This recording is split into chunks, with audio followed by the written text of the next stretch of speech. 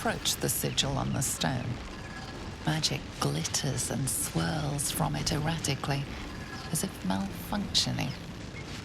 It looks slightly dangerous.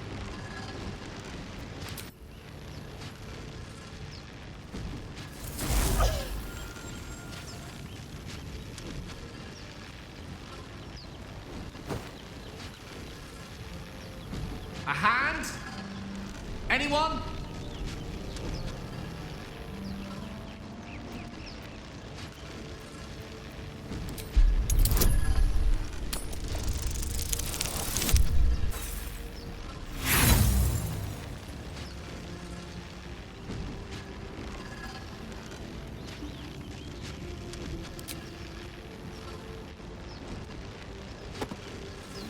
Harder! Come on, put your back into it!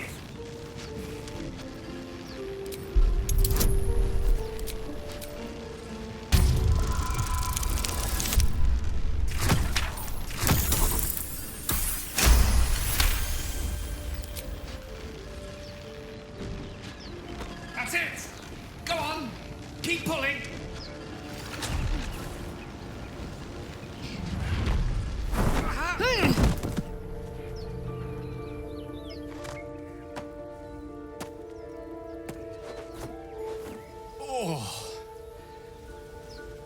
Hello. I'm Gale of Waterdeep. Apologies. I'm usually better at this. A bit shocked, but friend, it's a relief and a pleasure to make your acquaintance. Say, but I know you, don't I? In a manner of speaking. You were on the Nautiloid as well. And I can only assume you too were on the receiving end of a rather unwelcome insertion in the ocular region. No use sugarcoating it, is there? As a Githyanki, it's no news to you that this parasite will soon turn us into Mindflayers, an outcome I'd rather like to avoid. You don't happen to be a cleric by any chance, do you? A doctor? Surgeon? Uncannily adroit with a knitting needle? You seem to know enough about our condition to realize it's beyond most clerics' skills. Most, no doubt, but I find myself hoping to be in the presence of the few. You don't happen to be one of them.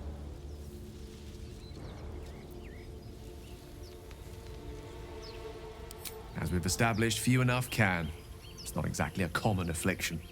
We're most certainly going to need a healer, and soon, too.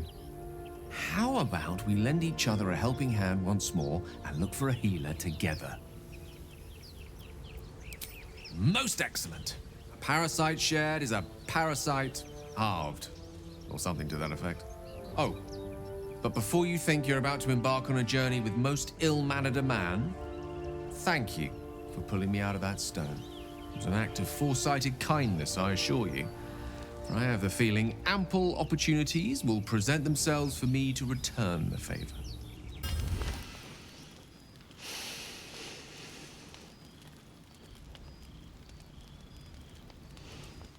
Go to hell. Ha! You're a good sport. Go to hell. An everyday expression. So trivial it's almost meaningless. But we've seen hell. It's real. And it isn't trivial. Devils, dragons, mind-flayers. They used to be abstracts. Pictures on a piece of paper. What a difference a day makes. Now we have tadpoles slithering through our heads like carnivorous feti. That's not abstract. That's the spirit. Let's be up with the lark. Find a healer before the wee one gets hungry. You're not versed in magic, are you? No matter to worry the unlettered over. If you meet any elder wizards, let me know. There is a matter I'd like to seek advice on from a master. Go ahead. I'm listening. Let's see. I hail from Waterdeep, city of splendors. I am a wizard of considerable acclaim and scholar of exceptional accomplishment. I have a cat, a library, and a weakness for a good glass of wine. And if the mood takes me, I'm known to try my hand at poetry. There. Didn't that paint enough of a picture? Tiring business, isn't it? All this traveling and adventuring. Why don't we take a little break, Allow ourselves a few moments of rest? Gives me a chance to talk to you about something, well, rather important. We've been on the road together for a while now, haven't we?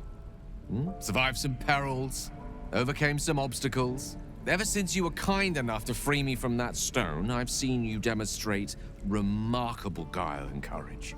The way you diffused the tension between Zevlor and Aradin. The way you stood in front of a crossbow to prevent a murder. In short, I've grown to trust you.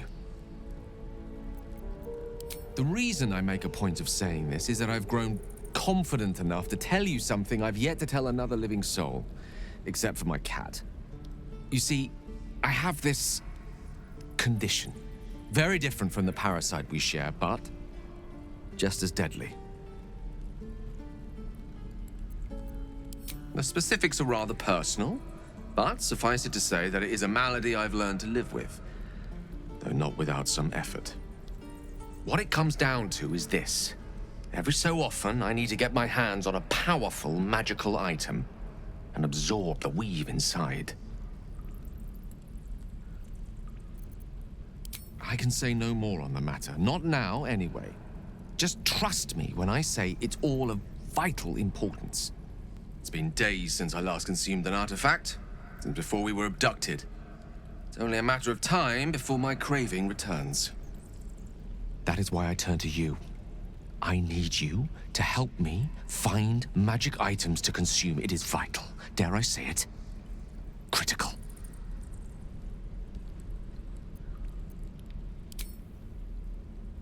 You have my thanks. And fear not. Your implicit trust is well placed and will be rewarded with any and all means at my disposal. I'm sure we won't have to look very far to find what I need. Faerun overflows with magic-infused treasure. As do our packs, as a matter of fact. We've such an item already in our possession. Primed for the moment the need arises. I hope I can count on you. That woman has more venom in her heart than a snake in its fangs. But at least the child is safe. What is youth if not a time to be forgiven for one's transgressions? Couldn't agree more. The girl wasn't innocent, but that doesn't mean she was guilty. Emil, that scamp reminds me of myself when I was a nipper. Always getting into trouble. And worse. One time, my parents denied me a kitten, so I summoned myself a Tressim. Ah, dear old Tara. Beautiful creature. Benefits of a wizard's education, you see. Of course, my considerable talent didn't hurt either. Well, that depends on who you ask, I suppose.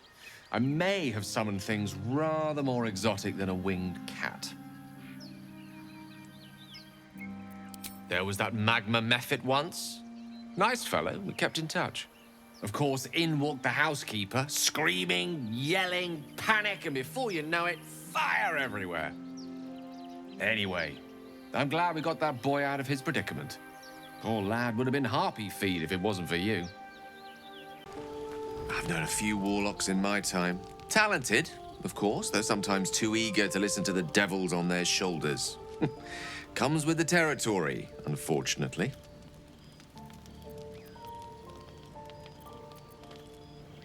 Think of it as tribute. The kind a king might pay to a more powerful neighbor to avoid invasion. As long as I pay, there will be peace. But should I ever stop, along comes a war. I can assure you, the battlefield would extend well beyond the borders of my body alone. Your enterprising approach to my problem is most encouraging. but it is a delicate process to keep my condition stable. I do not yet need to consume an item, but keep it close by. It will not be too much longer. I can't help feeling Will got off lightly. The wrath of the hells is second only to the wrath of the heavens. Having a devil in our camp will certainly make things interesting. Never a dull day, is there? That is most gratifying to hear. May I?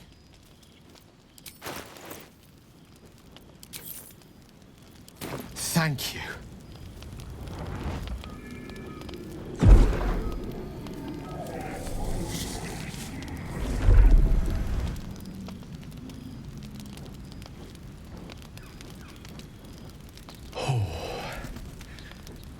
That hit the spot. I can feel it work. The magic, it's like a lullaby that sings to sleep the demon inside. A metaphorical demon, I haste to point out, but no less dangerous. And no less bound to wake up again to continue its ravages. Such is the nature of all monsters. Oh, it's not so bad once you get used to it. And, on the plus side, my tower in Waterdeep has never been so free of clutter. Sincerely, though, I understand I ask a lot from you with few answers in return. But in time, all will be told. My lady, I bow to your boundless kindness.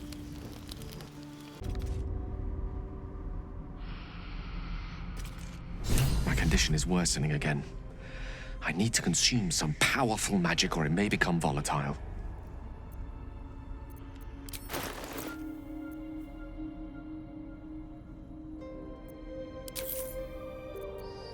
Thank you.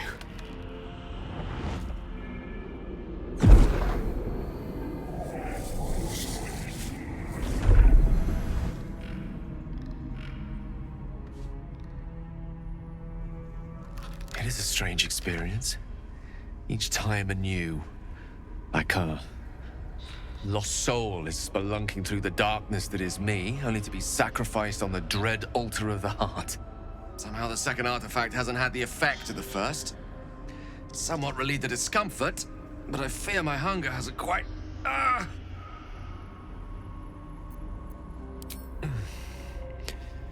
The magic isn't having the effect it should have. It's not like the last time, like a rainstorm that quells a forest fire. It merely drizzles.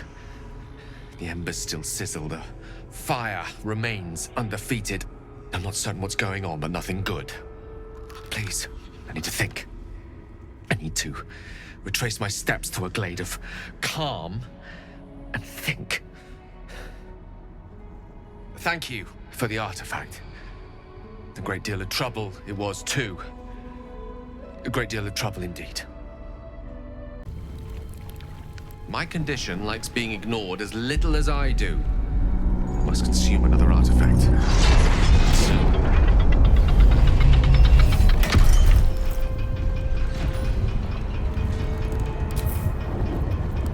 Thank you.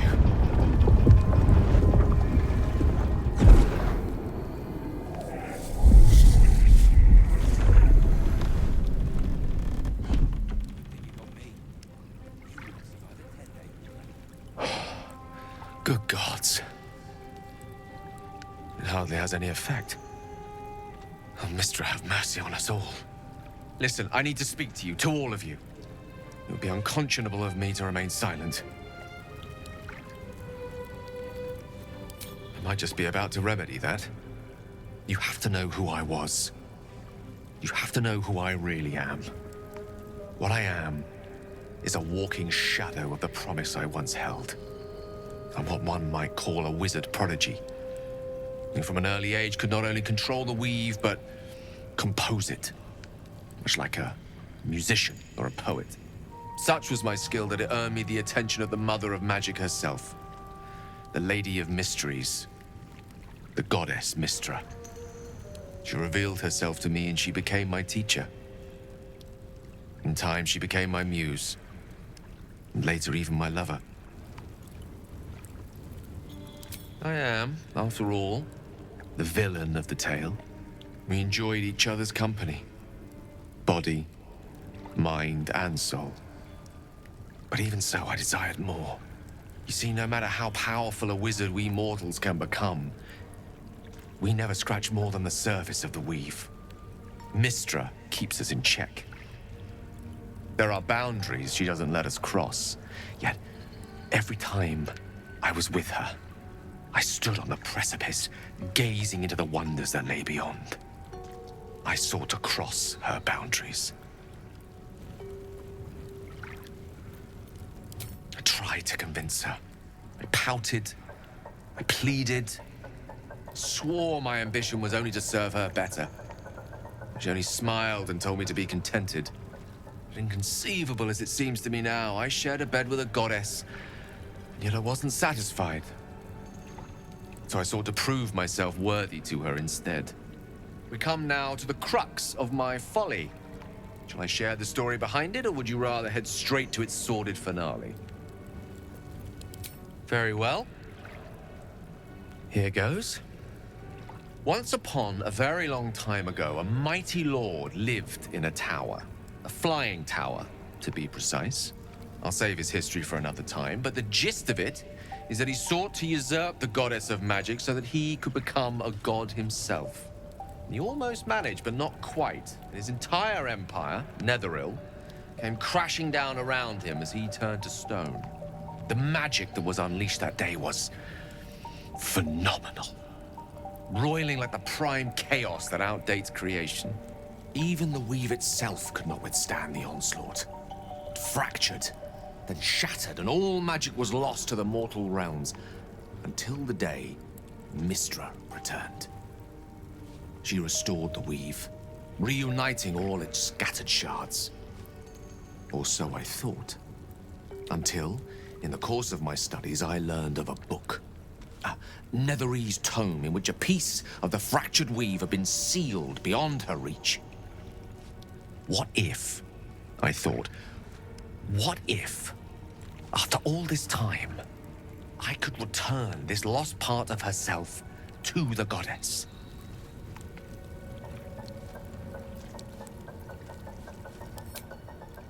I certainly thought so. Sometimes there is great strength to be found in symbolism. I was certain that this deed of raw power, draped in romance, would convince Mystra to take me by the hand and welcome me into her hitherto forbidden domains. I was mistaken. I obtained the fabled book and took it into my study. As for what happened next... Here. Place your hand over my heart. Let me show you.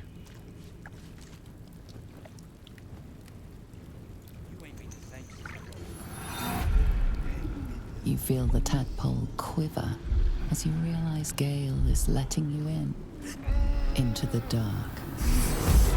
You see through Gale's eyes, staring down the corridors of a dread memory. A book, bound, and suddenly opened. Inside there are no pages, only a swirling mass of blackest weave that pounces. Its teeth, its claws, it's unstoppable as it digs through and becomes part of you. And gods, is it ever hungry.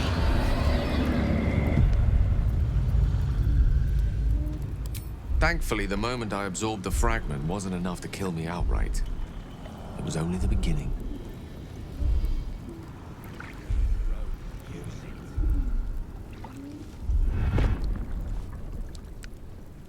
This Netherese blight, this orb, for lack of a better word, is balled up inside my chest. And it needs to be fed. As long as I absorb traces of the weave from potent enough sources, remains quiet. Were it ever to fully destabilize, however.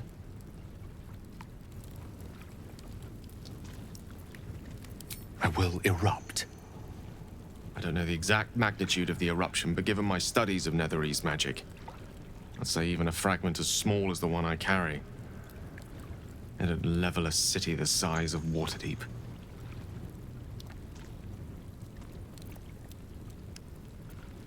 We might chance upon a king's collection of magical artifacts around the corner. We might cross paths with a miracle round the bend. Then again, we might not. All of this, it must feel like a betrayal. Say the word, and we'll part ways.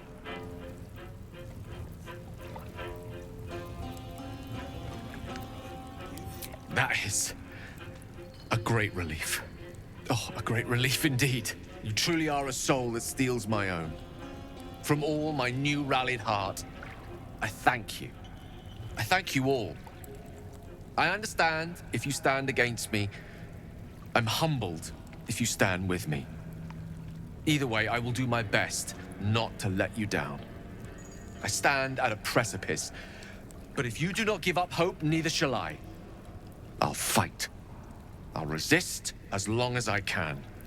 Now, even I am tired of the sound of my own voice. Let us venture forth. What's on your mind? Ah, yes. Karsus. Karsus was perhaps the most powerful wizard that ever lived. The child who would be a god, the elves called him. And he tried. With a spell of his own devising, he endeavored to usurp in one fell swoop the power of the goddess of magic. Mistral, she was called then. Imagine what it must have felt like to be a god, to know yourself, to be untouchable, to be mistaken. As Karsus aimed his spell at her, she began to unravel, and with her, the entire weave. Too late did he realize what he had unleashed. It would have been the end of everything had not Mistral sacrificed herself. The goddess of magic is all magic. By dying, the entire weave was lost, and the spell that challenged a god failed. It was the end of Mistral, the end of Karsus, and the end of an entire civilization. As the child who would be a god was turned to stone, his empire came crashing down around him. The floating cities of Netheril were no more. An event that came to be known as Karsus's folly. For a spell, Mistral was reborn as Mistra. Upon her return, the weave returned with her. Now, so many centuries later, I try to follow in the footsteps of Karsus. Not to destroy Mistra, but to prove my love for her. I tried to control only a fraction of the magic that was unleashed that fateful day. I merely sought to return one tiny diamond to an imperfect crown. Gale's folly, one might call it. History, repetition. It's the way things go.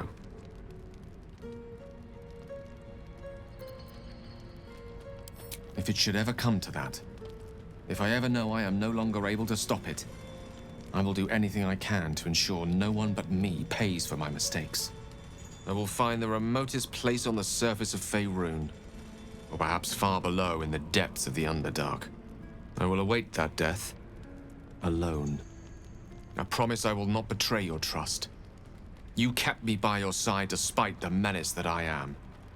If worst comes to worst, I will be long gone before the curtain falls. I know what it is to hunger, and I know what it takes to keep that hunger under control. He's done that so far, despite his condition. So long as he sates his appetite elsewhere, I'm happy to give him the benefit of the doubt.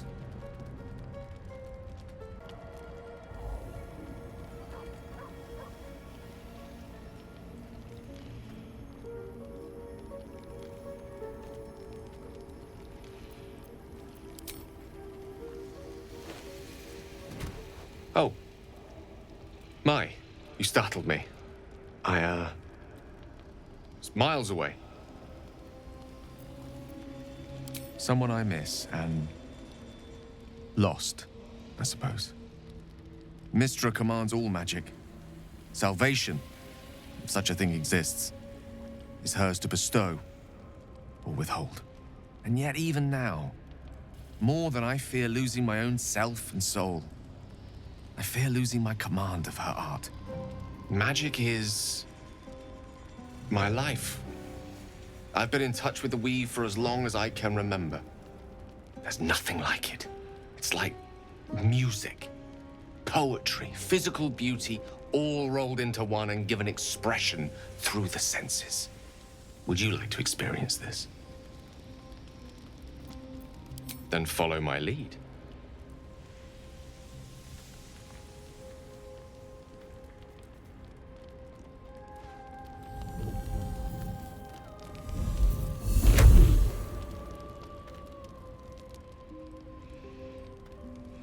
Now you.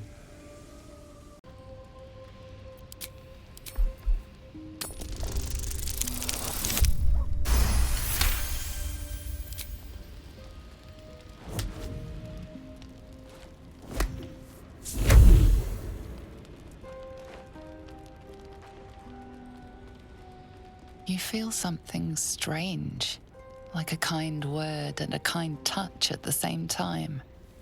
It's warm and comfortable. Excellent. Now, repeat after me. Athran Mistraril Kantrak Eo.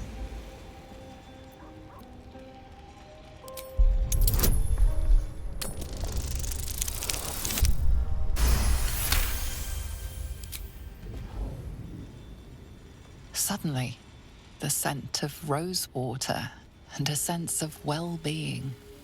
A sliver of weave that tastes sweet on the tongue. Very good. Now, I want you to picture in your mind the concept of harmony, as true as you can.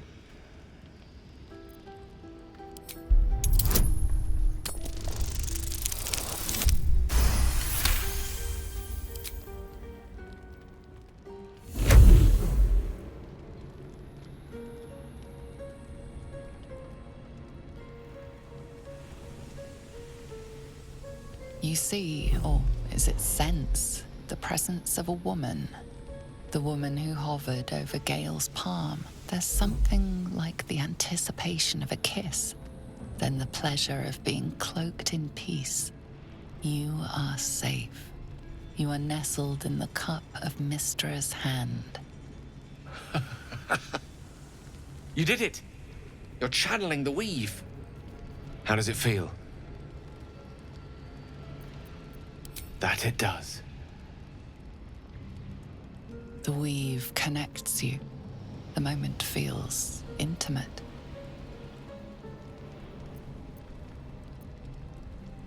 You realize the weave is making you one.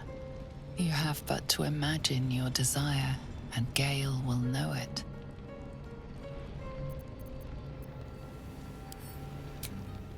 I didn't think. You perceive quick-fire gusts of embarrassment, trepidation, and finally, elation. Sorry, I wasn't expecting. But it is a pleasant image, to be sure. Most pleasant, in fact. Most welcome. The weave evaporates, and as it does so, you realize the night feels suddenly cold and lonesome. Oh. There it goes. How easily things slip away from us, no matter how hard they were in the obtaining. Good night. I enjoyed sharing a moment of magic with you.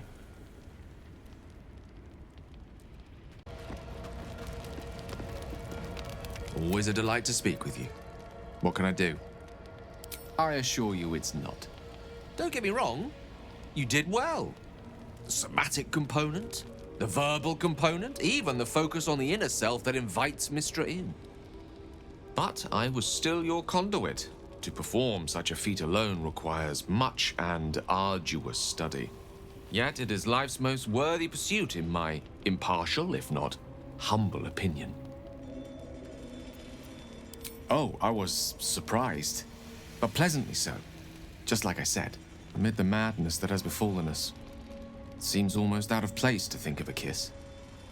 And yet, now more than ever, it's important to recall what makes us human.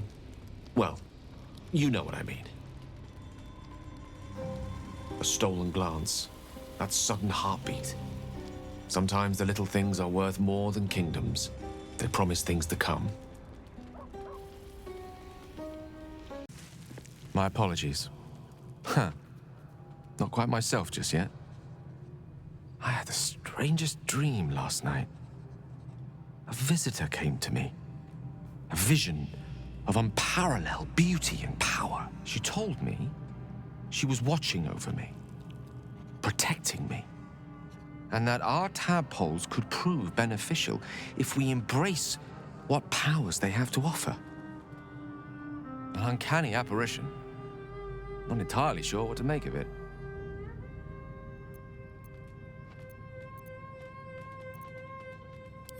A real manifestation, perhaps, but not an individual of flesh and blood in the manner you or I would consider to be real. Whether she spoke the truth or not, well, I think I require a little more evidence before taking a fantasy at her word. Until then, best we speak of other matters. Was there something you wish to ask? I've been dreaming of our enigmatic visitor again. She told me our purpose was to take on this cult of the Absolute, to infiltrate its ranks and bring it down from the inside.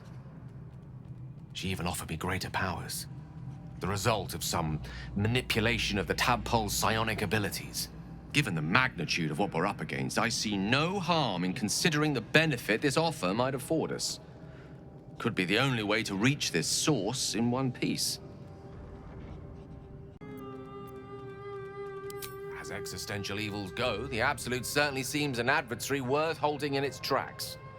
Any opportunities for us to indulge our tadpole's capabilities are hardly on the same scale. Trifles, when one considers the bigger picture.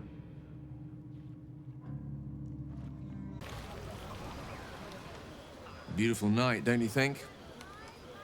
Nothing like a brush with destruction to make one appreciate the majesty of the celestial canvas. It's a view I would once have shared with my companion, though definitely unaccompanied by such revelry. I preferred it when we were alone, curled up before a crackling hearth with some ancient, esoteric tome between us. Ink glinting in the firelight.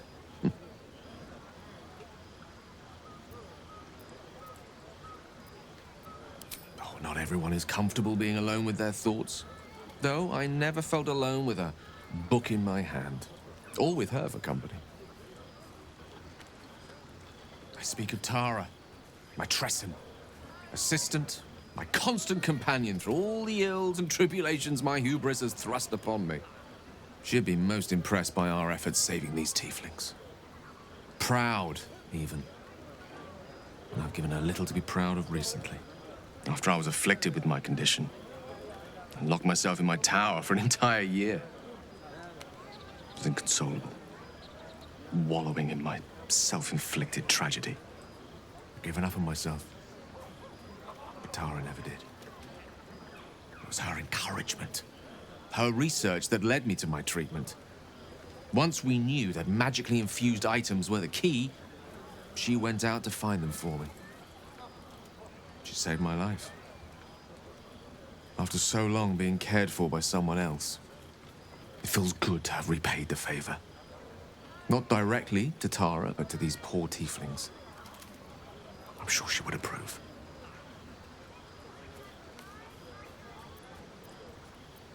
Sometimes, but I imposed it on myself after all. I set up enough wards to keep an army at bay. Never mind the few colleagues who sought to inquire about my welfare. Tara did her best to keep my spirits up, of course, but there's only so much one Tressum can make up for one's entire social circle. She was often gone, seeking items to treat my condition. You're the first person I've spent any significant time with in a year or more. Spending time in your company, I realize that I may have left behind the greater part of my wit and sensitivity in my tower.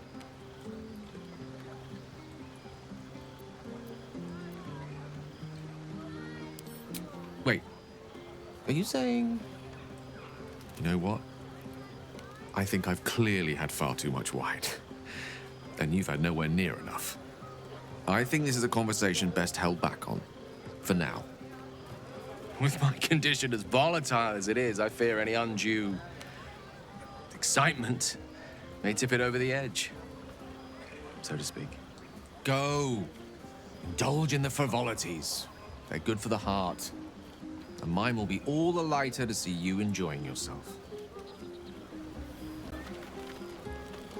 Buzz of celebration quiets to a soothing hum as you approach your bunk. You've picked up a few pleasant memories on your journey amongst your struggles. Or perhaps you will be the one taking him.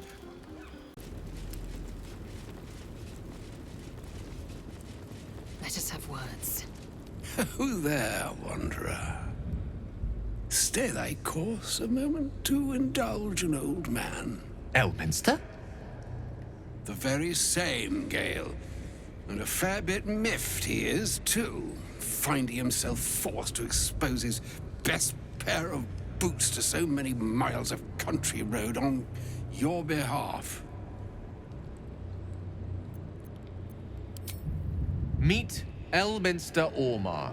A good friend of mine, but rather more significantly, he's the most famed and respected wizard in the realms. Am I, indeed? Most famed and respected errand boy, more like. I was bid to spare neither time nor my own self to find you. She sent me, Gale. You know of whom I speak. But why? Out with it, Elminster. Please. Young man, has your sojourn away from Waterdeep washed away your decorum as well as your patience? Nigh a 10-day I've gone without honest fare, worthy of the name. Drank naught, but what the sky entitled my thirst. Why, some bread, cheese, and a cup of wine would appear unto me a feast. Surely you would begrudge me a mite of rest and repast before I get out with it? Oh, for the love of... Well, this way then? To your camp? Oh, don't dawdle now, lad. You're the one who's in such a frightful hurry. Oh, nigh on 13 centuries old and he still thinks with his stomach. We'd best follow and see if he's more disposed to speak plainly once it's stopped its grumbling. A wise choice. Better to indulge your curiosity than Elminster's appetite. Yes, what a delightful wedge of old Arthurian that was. Doesn't do to parley on an empty stomach, you know. Makes one's words frivolous when they should be grave. Plenty to digest, after all. A good deal to stew over, if you will. Words ladled with import should be savored so as to better absorb their meaning. Wouldn't you agree? Elminster! Right. You see,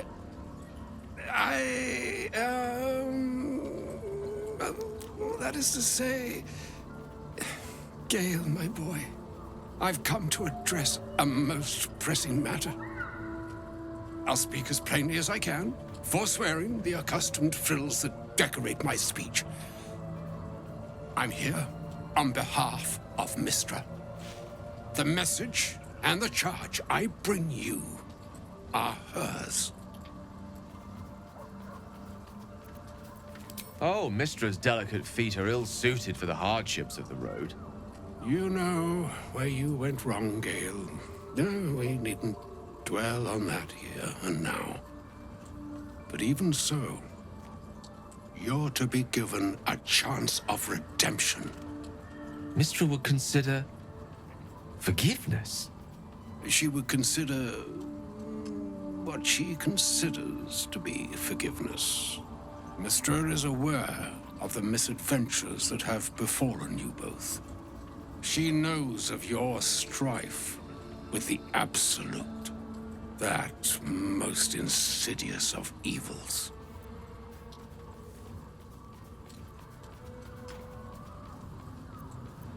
The very purpose of my presence, in a roundabout sort of way. You must know that the Absolute is more dangerous than you can possibly conceive. It threatens all who live, even those who are undying. It threatens the gods, the weave, the very fabric of the universe itself. That is why I have come here to charge you, Gale, with its destruction. It is Mystra's belief that only you can.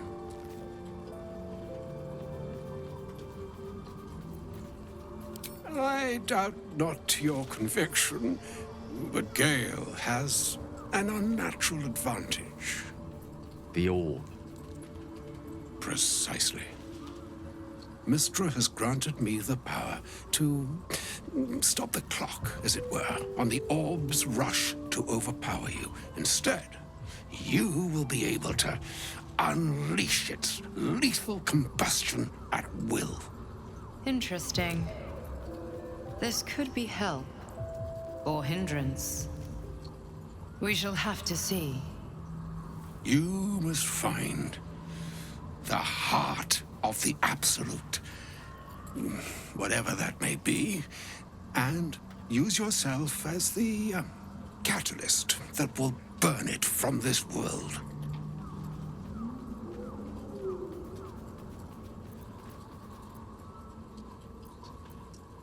No, indeed. But I think she trusts me too. It brings me no pleasure saying this, my friend. But such is Mystra's will. Yours must be the sacrifice that will undo the Absolute. And for your sacrifice, you will be redeemed. Such is Mystra's promise. With that, I've said my sorry piece, and need only bestow unto thee the charm I was bid. Hastra mistraril Italion Thras Annas Dithra. It is done. Both charge and charm have been committed into your care. To you, I commit into care Gale himself. I count on you to shepherd him well on this strangest of journeys. Or some other fortune altogether.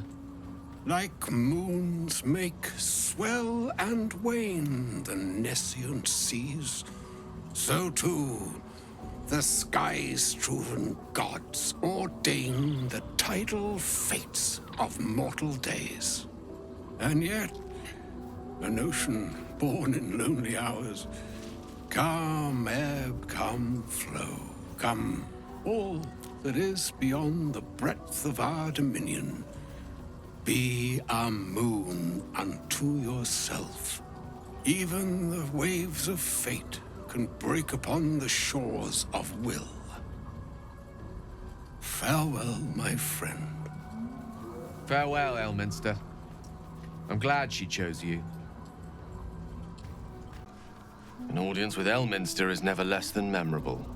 I'd have hoped to introduce you to him in less dire circumstances. But those are hard to come by these days. The Doddering Act is merely an illusion, one he's most adept at maintaining. Elminster is the most formidable wizard in the realms. Perhaps in existence. For Mystra to have sent him, the severity of her bidding could not be clearer, or weigh more heavily on me. Time seems so infinite when you're young. A month is an age. A year is a lifetime. It is a strange feeling to realize how little of it one might have left.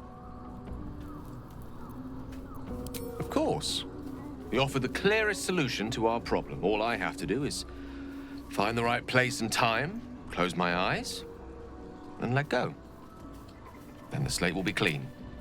Wrongs will be righted, the Absolute will be gone, and I along with it.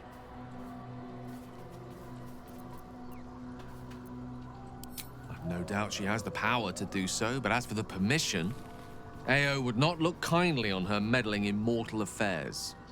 Divine intervention has a tendency to make things worse, not better. As for Elminster, he saved the realms more times than legend can recount. But to take on a god is no easy feat, even for him. My orb is the best chance we have, and only I can wield it.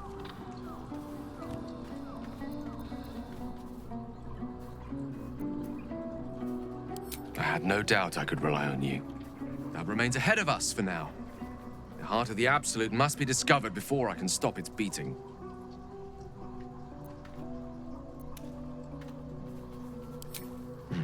Then I suppose there is nothing more to be done but find the heart of the Absolute and stop its beating. It's quite thrilling to fight off such grim creatures as this region throws at us, especially being at your side. I once read a book that explained in some detail the effect a brush with danger has on one's desire for other forms of stimulation. Have you ever read anything on that subject?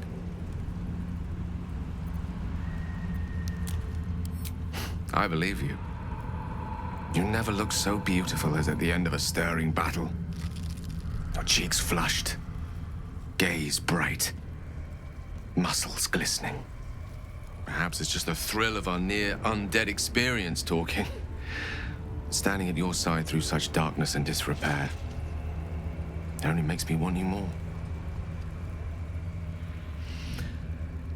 Unfortunately, this is neither the time nor the place to indulge such feelings, so we must be patient and push all such thoughts aside. For now. Was there anything else you wish to discuss? She expects those who seek to use the weave to do so honestly, and with respect for its potential to destroy, as well as its potential to save. I doubt she's asked many of her followers to blow themselves up.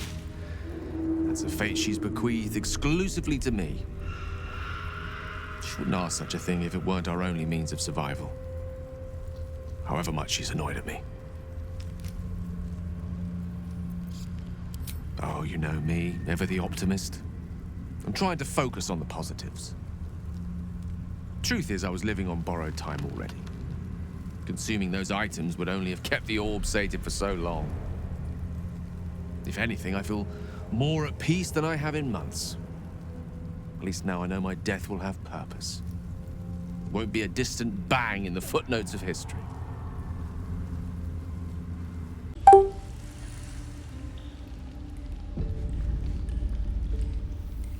Good evening. I'm here on behalf of Gale of Waterdeep. He wishes to extend you an invitation for a private conversation in a more suitable locale. Gladly. Simply follow yonder path, and soon you will find him.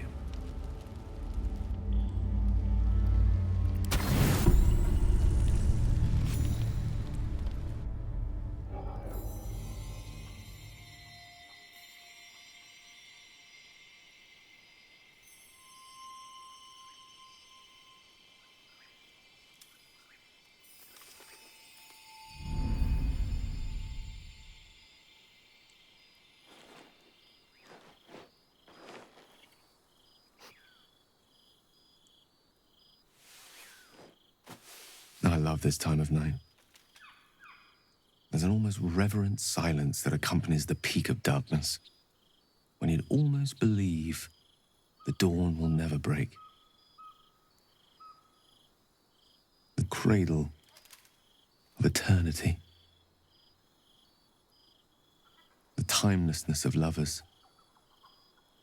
That most beautiful of fantasies. Indeed. The curse is still present, of course. Just veiled and at arm's length for now. Not a trick I can repeat often, but tonight is different. This may be my last night alive. I wanted it to be under a canopy of beauty and wonder and with company to match. I thought this place might bring me peace. I thought it might make the weight of what I must do feel a little lighter. But I'm not so sure.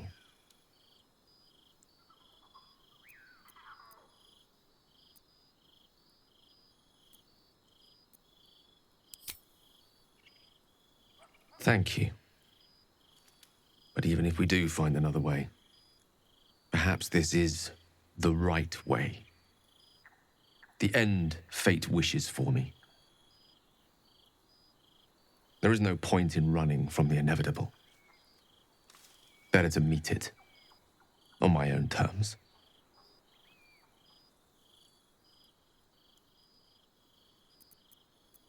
One moment with you could sate me for a lifetime and prize the fear from my heart.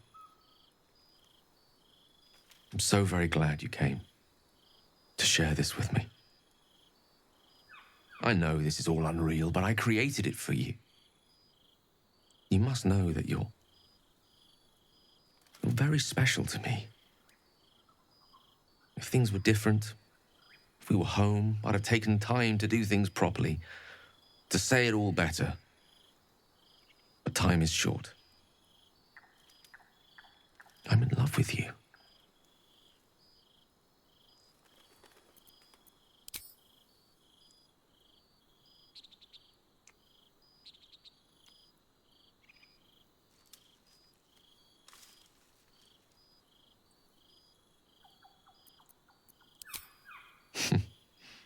And you're a bad liar.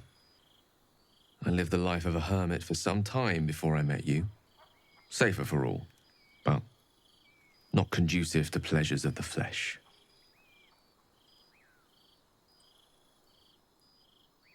I want it to be perfect. To bond with you in the way the gods do, intertwining our spirits in visions of the weave.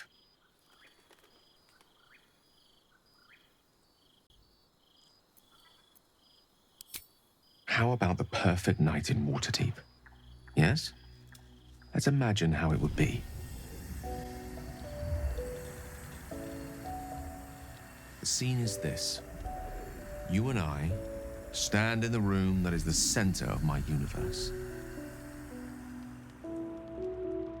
Sculptures, the paintings, the walls enlivened by the spines of 1,000 books. The grand piano plays the Larian suites all by itself, and as we look out beyond the arches that lead to the terrace, we see the weary sun take its daily dive into the sea.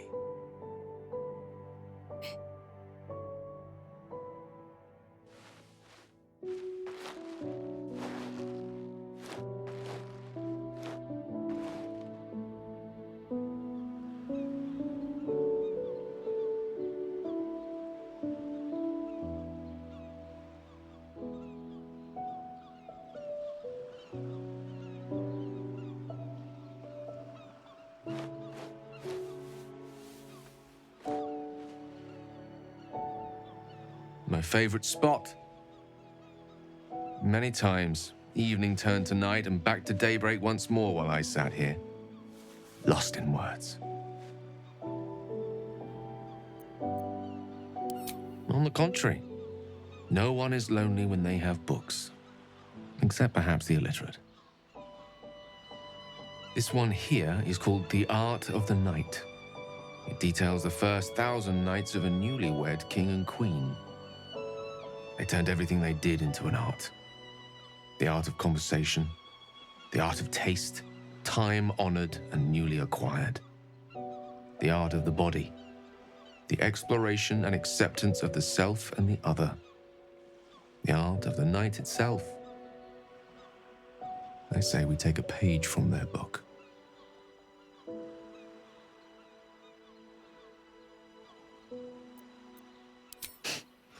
I'm many things, but coy's not one of them. What do you say?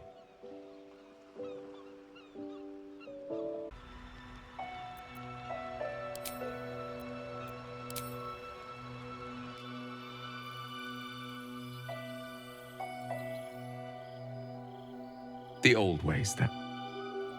If that is what you wish, so be it.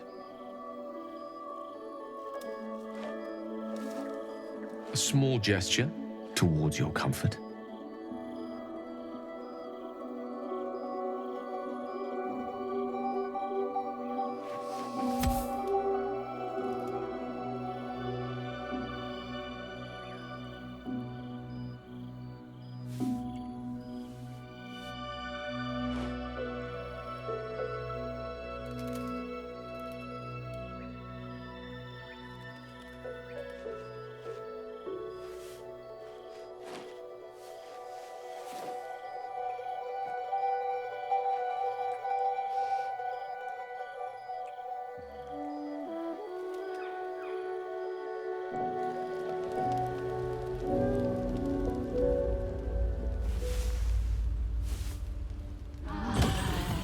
I relish our time.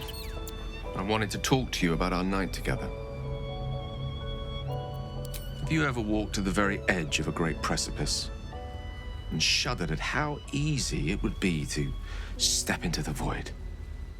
Ever since Elminster told me of Mistra's expectations of me, it felt like I've been walking along such a cliff face. The great drop to nothingness never out of my sight. But you led me away from the edge.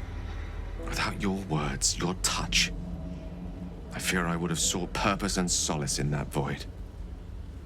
You reminded me what living can feel like.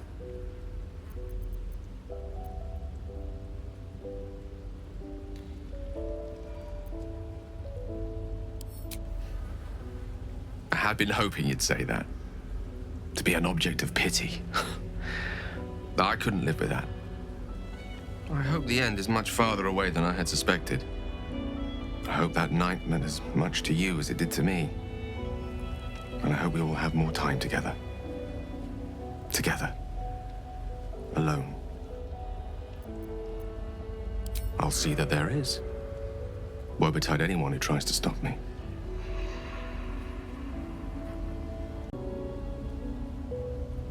There's nothing that would give me greater pleasure.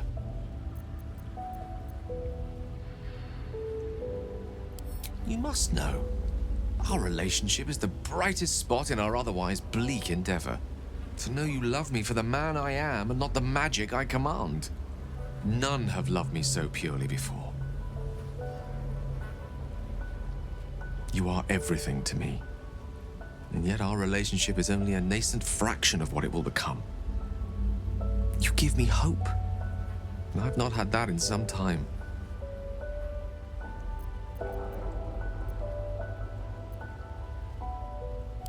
Plenty of them, and all complicated. It's not easy to turn away from one you once loved, but now that I see our relationship with all the illumination hindsight has to offer, I mostly feel only regret. I was not the first wizard to fall under her spell, nor will I be the last. I was an amusement to her. Mortal to be trifled with, amused, and eventually discarded. I regret the way I hurt her, of course I do. She would have seen me destroy myself to earn her forgiveness. There's no love lost between us. None at all.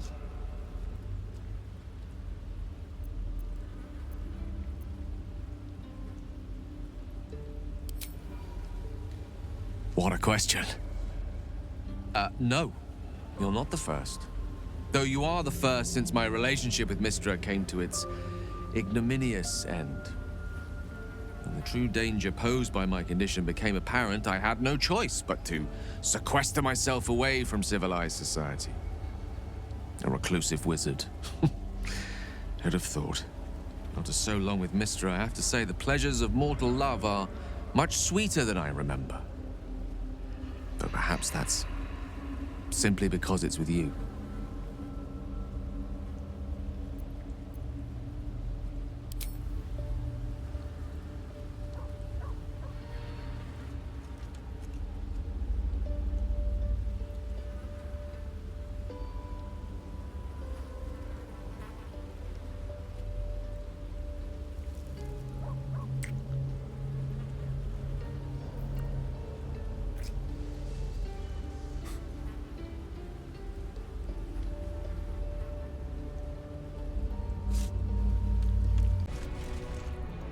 longer a background murmur. The presence in your mind builds to a roar. We've found it. The Absolute is behind this door.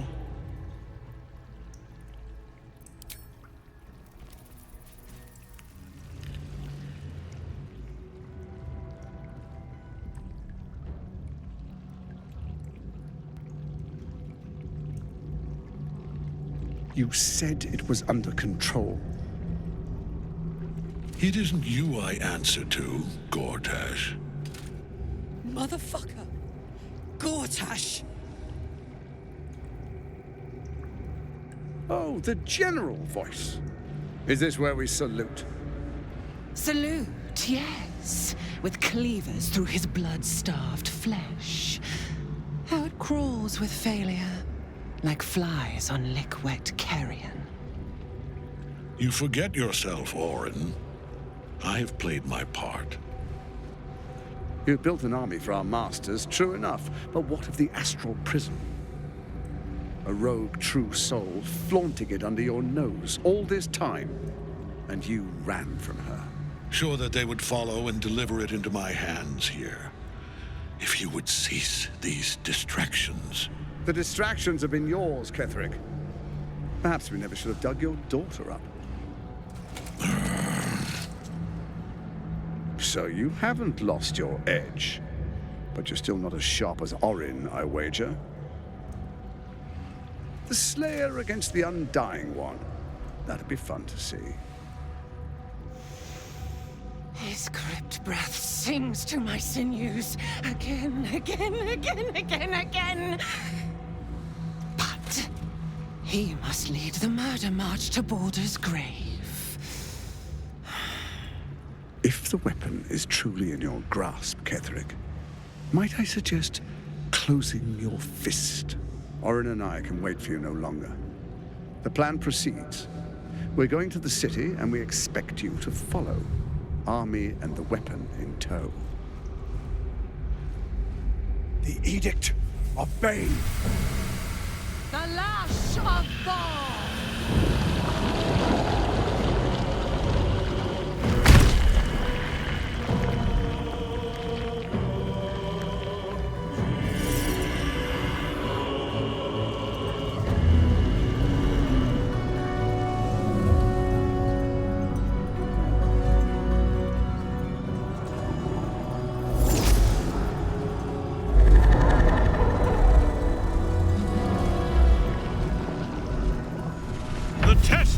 Of Merkel!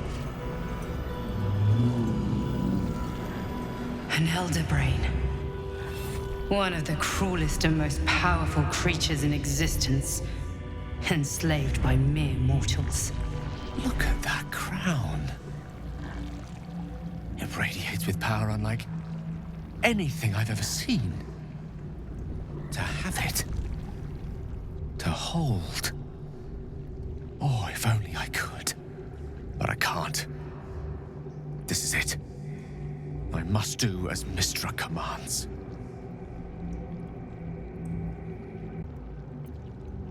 One last gust of weave. One last gale to end them all. No!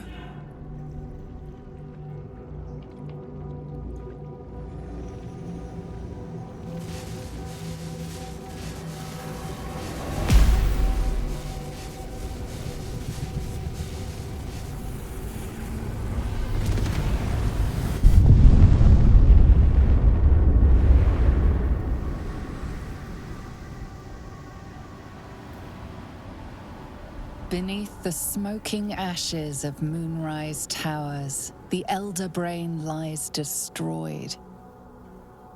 But what of the tadpoles it commanded? Freed of the Absolute's control, they will complete their transformations. A plague of illithids will soon descend on the Sword Coast, enslaving all they do not infect. It is an ending of sorts, though not the one destiny had in store for you. What choice do I have? More than just a goddess counts on my courage. Whole worlds hang in the balance.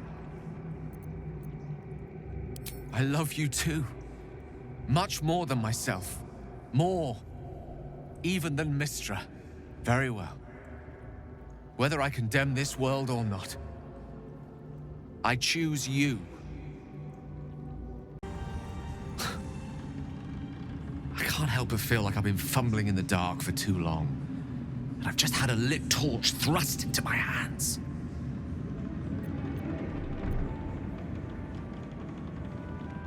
Indeed.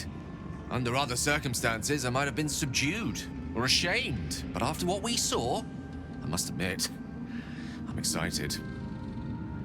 The crown! The one the Elder Brain was wearing. The one I very nearly destroyed.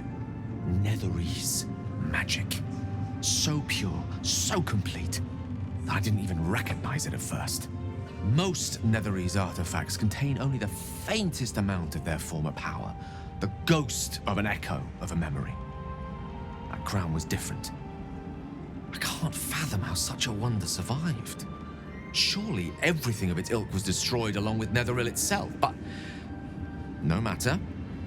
It exists. I must learn more of it.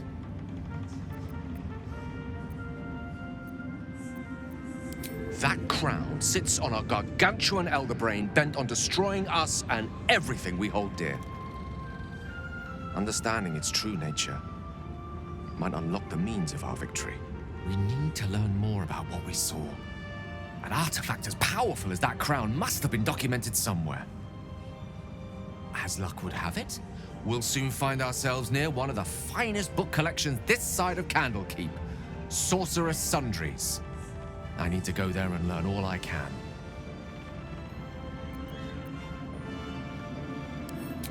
Ha! Sorcerer's Sundries is no mere trading post. It's been serving the arcane community for centuries. Their collection of rare tomes is unparalleled. I mean, Netherese texts are hardly commonplace, but I'm certain they'll have one or two stashed away. You'll have to forgive my eagerness, but if my suspicions prove to hold water, this could be the answer to all our problems.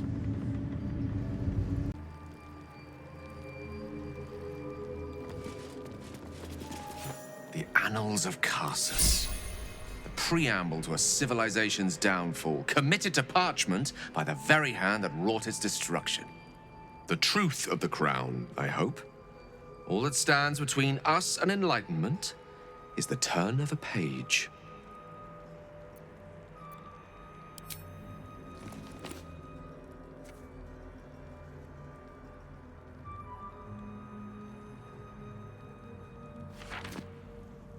This isn't what I expected.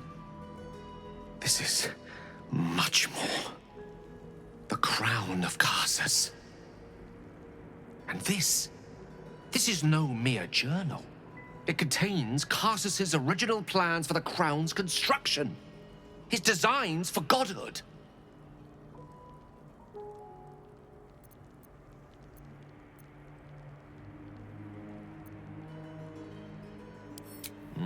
Not from scratch. Unless you happen to have several pounds of the purest Netherese metals in that pack of yours. Don't worry.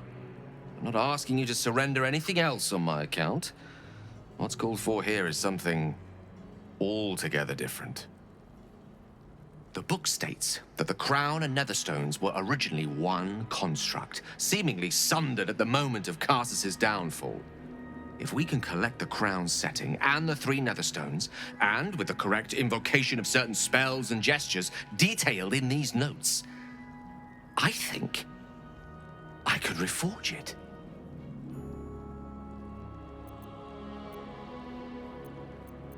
To every end you can imagine, and 1,000 more beyond. Just think of it. The power of the gods in mortal hands at last. Would be free of doctrine and dogma, confined only by the limits of our imaginations. We must discuss this further, but quietly, privately. Find me later, and I will show you something truly divine. I will show you what a crown like this could mean for both of us. I can hardly wait.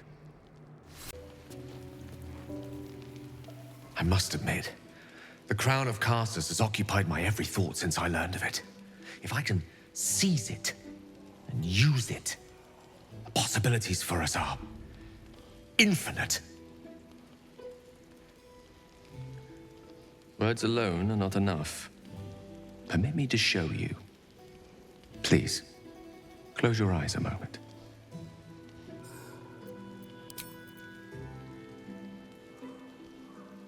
Astra navigamus. Few mortals ever glimpse what you're about to see. But don't be alarmed. I'm here with you.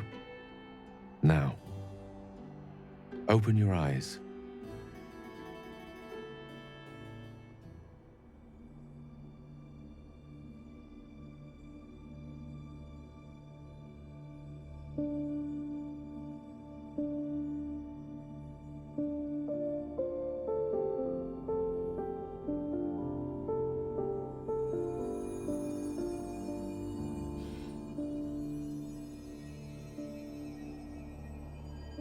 The outer planes. This is where gods dwell. They observe us from afar, where they make playthings of us. They will keep all of this from us. The power, the possibilities. They only want us to serve them, to pray to them, and ultimately to die for them. But what if we didn't need them? What if we wielded their power instead and helped ourselves in all the ways they refuse to? I could make that happen. I could make this illusion a reality, with you by my side. No, not like that. I don't want to join them, I want to better them. A god's powers paired with a mortal conscience, a mortal heart. The tadpoles, the orb, these threats to our existence, the gods could aid us if they wished, but instead they cower behind Io. So let us act ourselves. With the power of the crown, any foe would be rendered impotent, any obstacle would be dwarfed by our might. I used to believe Mistress Forgiveness was worth dying for. But I was wrong. You showed me just how much I have to live for. With you, I forget, my goddess. I love you. Tell me you feel the same way. Tell me you want what I want. Please.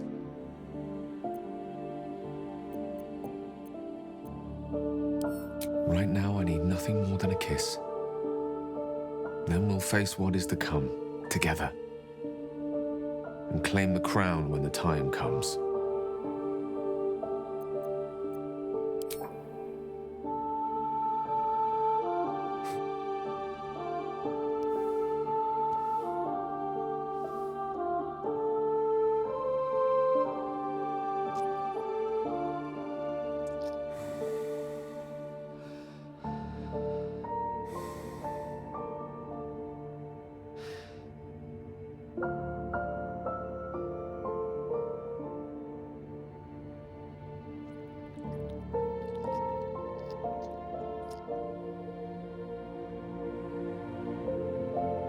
You put the stars to shame.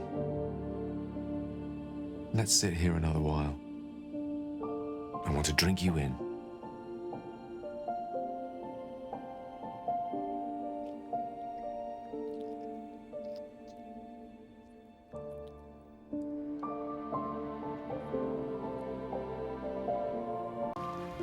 Elminster?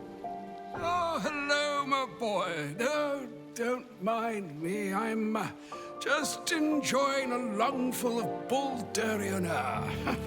Yes, a distinctive aroma, though perhaps not one worthy of bottling. I hear you've been browsing in the most esteemed of Emporium's sorcerous sundries. Indulge my curiosity. What wonders did you discover there?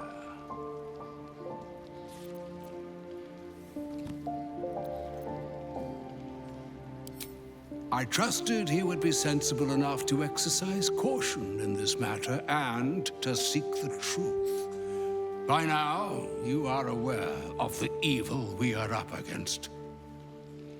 Karsos' pestilent crown, the very tool with which its eponymous creator unmade an empire and magic itself.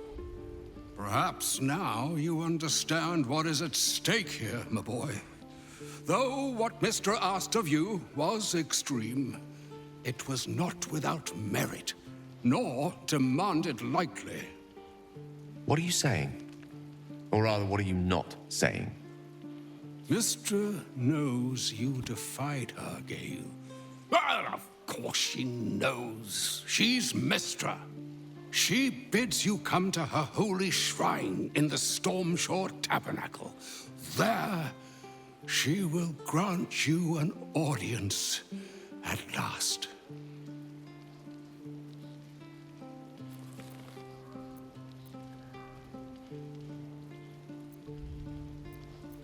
I see remaining optimistic is my duty, especially when I'm not the one being asked to do the seemingly impossible. Trust in yourself.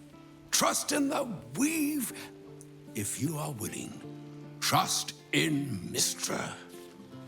There is a conclusion yet to be written in this sorry tale, Gale of Waterdeep. And yours is the quill that will write it. I am as honored as I am enamored. I'm not the only one who longs for you. Yet you chose me. I thought you might drown in Shadowheart's dark eyes. Yet you swam to the shores of Gale. I must admit I am surprised, not to mention flattered, elated, and a little frightened. Such stiff competition, and yet you chose me. Then I'm glad to have met your standards, and intend to prove your appraisal more than correct. Whatever you need, you only have to ask.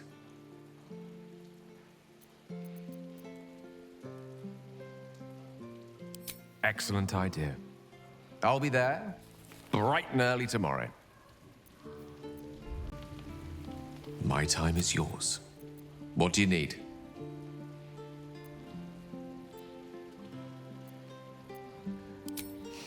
I've often asked myself the same question, and never really found a satisfactory answer. You clearly see something in me that I can't. The wisdom and intelligence required to overcome almost insurmountable odds, perhaps? Or the stupidity required to attempt it. I take it as a compliment either way. You don't get to be 13 centuries old without becoming a sound judge of character. And cheese, apparently.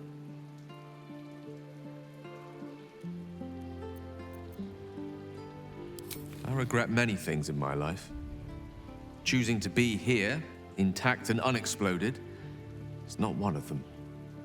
For now, to have a few more days in your company, no. I wouldn't change a thing. A welcome reprieve. There she stands, just as Elminster promised.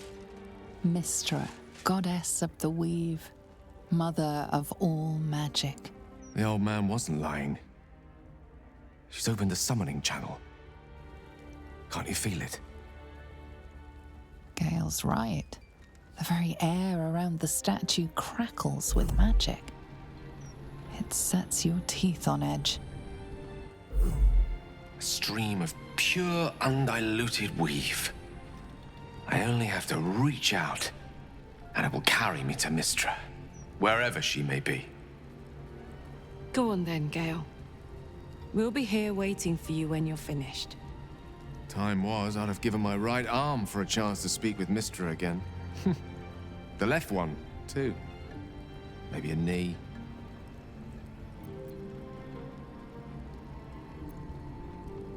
Am I? You're right. I am a strong, capable wizard, and this is no more than a casual reunion with an ex-lover. My omnipotent, omniscient ex-lover. I always wonder what being nervous would feel like. I hate it.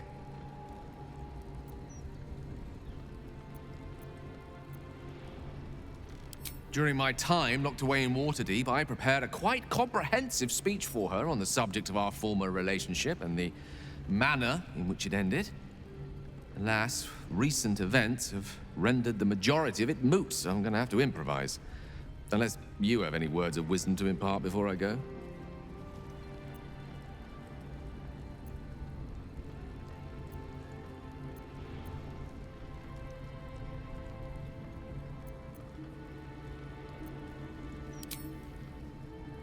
You'd make a fine three-dragon anti-player, you know? I think it's best I keep a cool head going into this. Approach it like a particularly high-risk round of three-dragon ante.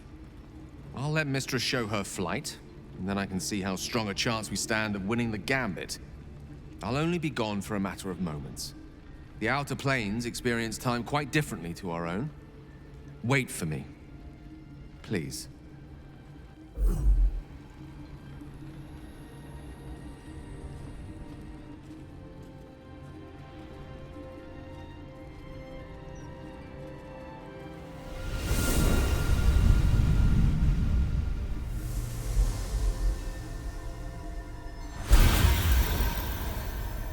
Gale of Waterdeep.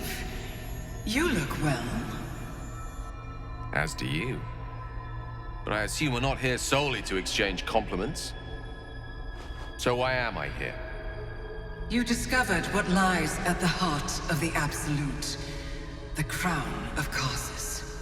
And you disobeyed my instruction. Why? Because you had no right to ask that of me. You cast me out. Remember? You were my lover, my chosen. Yet still you know so little of me. The past cannot be undone with self-pity, nor can a future be forged. Only with the truth will you see the way ahead. The fragment of magic you tried to return to me was not of my creation. It was the Karsite weave. It is a corrupted, half-born magic, wrought in the brief moment Karsus ascended to godhood. It hungers for power, just as he did, and it can never be sated. You unleashed something that would consume all magic in existence, and yet you thought only of preserving yourself. So that's what you're scared of. With the crown of Karsus reforged, I could take control of the Karsite weave. You can no more control the Karsite weave than a weather vane could control a storm. That it entered your body and consumed no more than your powers was a miracle. But we will not be granted another. The only reason the orb sleeps is because I have allowed it to feed on the true weave. A temporary measure, but one that will not be enough to save us. With each day that passes, the Elder Brain threatens to become a new kind of god. Its worshippers, a scourge of soulless illithids. If you will not use the orb to end this abomination, then you must find a way to separate crown and host. When you've done this, you must surrender the crown of Karsus to me. A great ask indeed. You've given me much to think on, as you always did. So be it. Follow the needle of your own wisdom. We shall see how truly it leads you.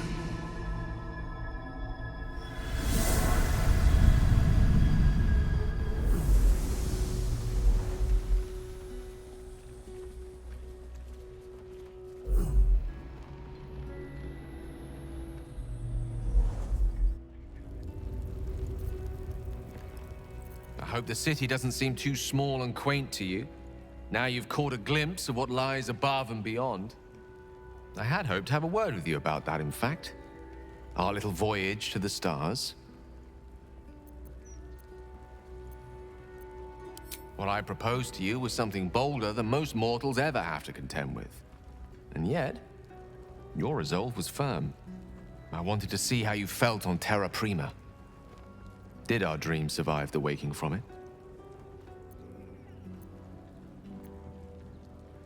Then my sore arms thank you.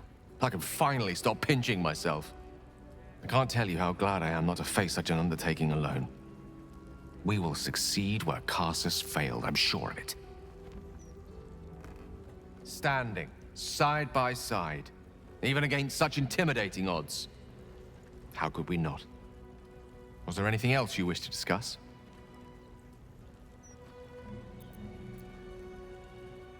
Strangely, no.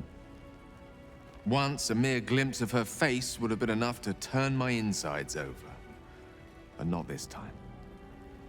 In her likeness, I used to read 1,000 stories. She was beauty, wisdom, elegance, power. She contained universes. But now, it's hard to see any redeeming qualities in a lover who condemned you to death. I'd much rather gaze into your eyes than hers. Yours are capable of tenderness and feeling. No god could ever compare.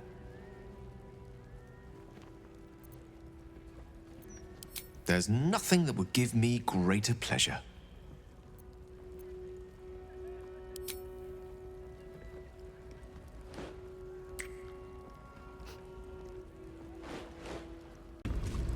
The Karsite weave.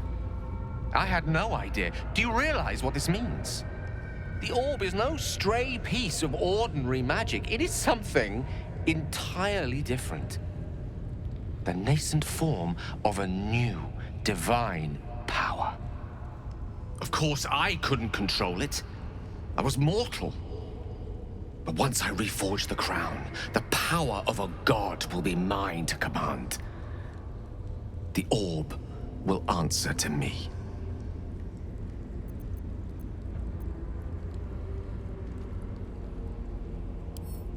So do I. Though I'm not sure that's the purpose I'd apply it to. Let me assure you, Karsite Weave has no more inherent evil to it than a child in the womb, or an axe half forged on the blacksmith's anvil. It is a tool, ready to be shaped by its wielder, by me. And you know me to be someone of reasonably sound moral judgment, don't you? Gods! It's refreshing to share the company of someone who sees things the same way I do. All we need to do is stay focused on the task at hand. Defeating that Elder Brain. After that, you can leave the rest to me.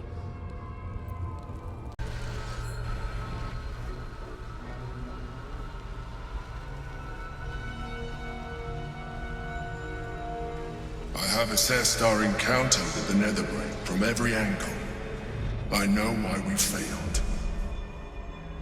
The problem was not the stones. The problem was you. You can make only one move at a time, but the Netherbrain calculates every possible move at once. It knows what you will do. It knows everything you could possibly do. You cannot outmaneuver it. To defeat it, you would have to think like an Elithid. Better yet, be one. Your mind is not capable of this. Mine is. You will give the stones to me. I will assimilate Orpheus, and then I will be able to leave this prison to face the brain. This fella and his ultimatums. But he's forgetting one thing. We could become Illithid. I mean, I could. You could trust me to do what needs to be done.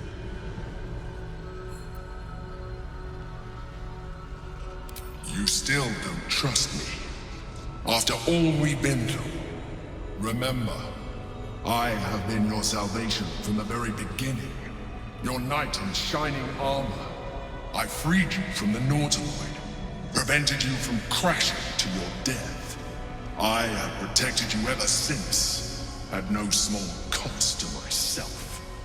I came to you as a leader, but I did not shy away from showing you vulnerability. I needed you as much as you needed me. I was not above recognizing this. When you discovered my true identity, I did not flinch from the truth. I never lied to you, not once. I am just like you. We have the same enemy, the same story. I encouraged you to fulfill your potential, all while protecting you from harm. Now I ask you for the last time to trust me. Release the Netherstones to me. Do not forget, there's a card yet to come into play. The Orb. If you do not want to surrender the stones, you can still use it to ensure the brain's destruction. Along with my own, of course. This is a risk we cannot take. Your hubris drives you even now. You failed before.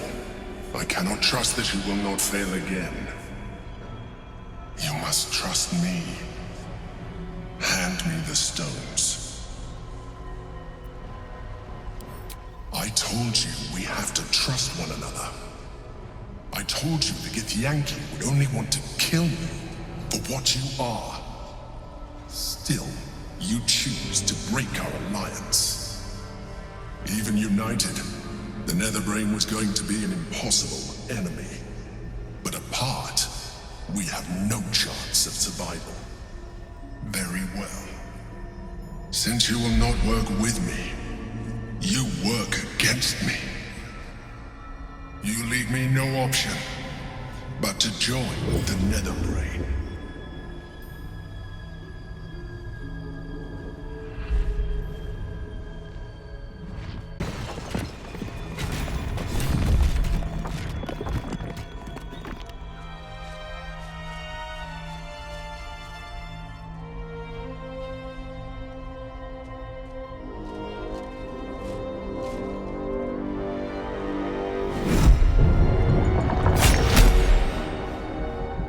As the Githyanki prince takes his blade, a silent cry pierces your head. A psionic scream to the astral plane. You reek of Illithid. You took advantage of my powers, and you slaughtered my honor guard. Nonetheless, it seems we must be allies. You may address me as your majesty.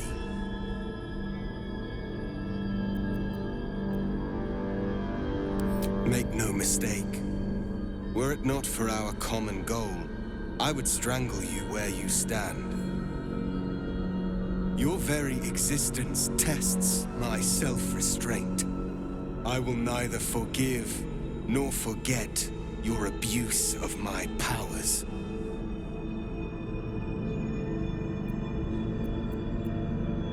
That is false. You had the opportunity to surrender yourself to my honor guard. They would have given you a noble end. Any worthy individual destined to become Gake would have done so. My guard would have freed me, and I would have stopped the Elder Brain before it evolved into a Nether Brain. All that suffering, avoidable, were it not for the choices you made.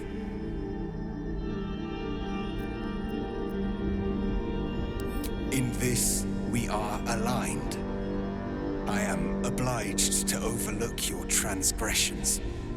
We will destroy the Netherbrain together, and put a stop to this nascent empire before it expands into the stars. The Gake was correct about one thing. The Netherbrain's power is beyond us. The hardest metal in the world would not cut through its mind, for it is made of thought itself. At this point, it will take an Illithid to unleash the full potential of the Netherstones. Just as I was free, I will do it. I will become Illithid.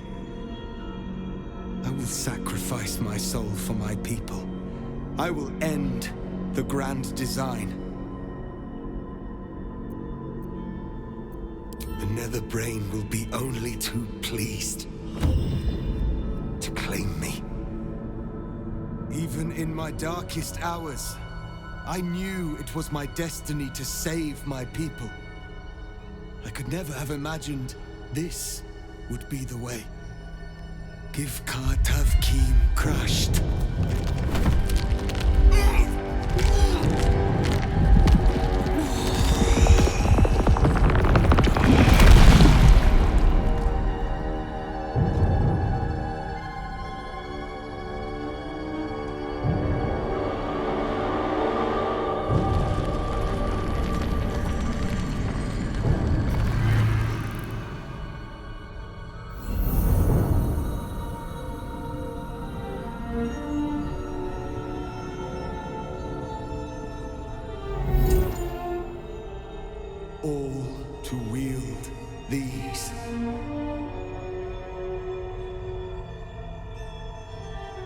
Let us seek out the Netherbrain and finish this.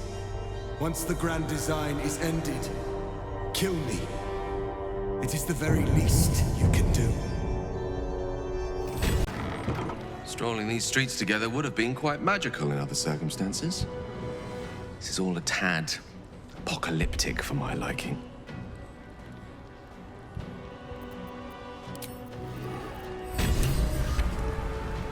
Strolling these streets together would have been quite magical in other circumstances.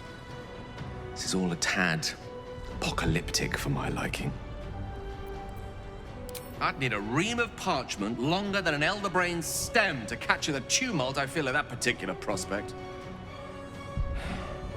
But I'm ready, if that's the word you need to hear. If you call on me, I will not let you down. When? I'm glad you have such confidence in our endeavor. I confess, my own's not constructed from such immutable materials. I don't dare to picture the crown in my hands. Not when there's the small matter of an enormous city-conquering brain beneath it. But if we overcome that obstacle, I will do everything.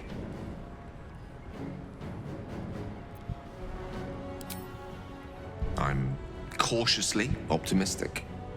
Though, with the time left to us and the amount still to be done, it's best we don't take anything for granted. Who knows what shape these final moments of ours might assume? Not I. Not Mistra. Not even you. But whatever my fate might be, I'll be glad to greet it in such fine company.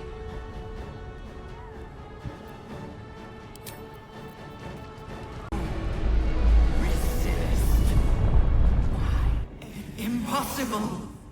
Pain! Fear! Terror! Reconsider! Assess! Implore! Surrender! There. At last. It is subdued. Spare me. Join me. Wield me. Become absolute! And thus, I honor my mother's legacy. The grand design, once again, ended by my line. The brain is on the cusp of its final thought, and it's taking all of Orpheus's strength to keep it there. An opportunity, perhaps.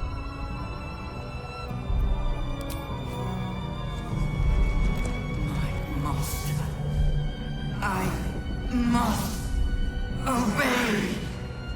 I must end.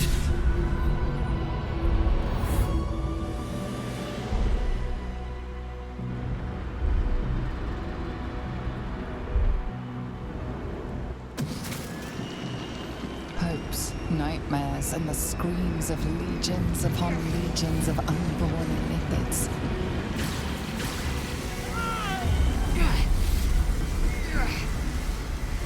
The pain rips through you, obliterating all thought, all feeling. Your tadpole burns in your brain.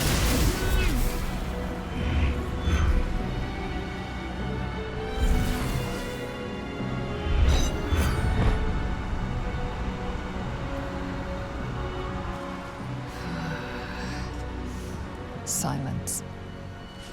For the first time in a long time, your thoughts are entirely your own.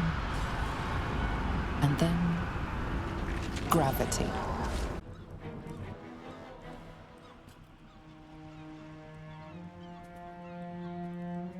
Well, this is a bigger mess than any we made in the old days. My congratulations. We've won. But at what cost? The mangled rhymes the bards will make of your name. Perhaps those are the true evil here. And the tadpoles have fallen silent, I take it? Good. The Mindflayer wouldn't make for much of a heroic statue. Well, perhaps I speak with too much haste. Even when my time in the prism stretched out like eternity, when escape seemed impossible, I never lost hope. I knew that my destiny was to liberate my people, to return to them triumphant. I was wrong. It seems I can only fulfill one part of my destiny. My people will be liberated, but I cannot return to them. Not like this. You helped me destroy that abomination. Now help me destroy myself. You must kill me.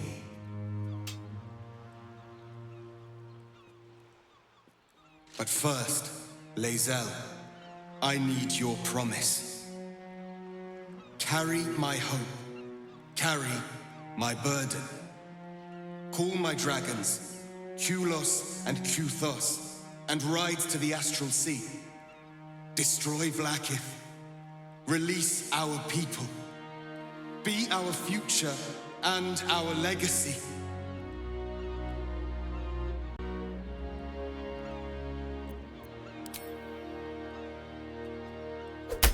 Then my destiny is undone. Until someone can take up my cause, the Githyanki will remain chained. I found freedom, and then lost myself to this horror for nothing.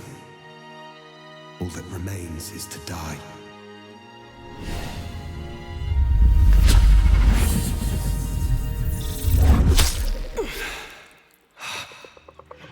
Githyanki Tavkim crashed.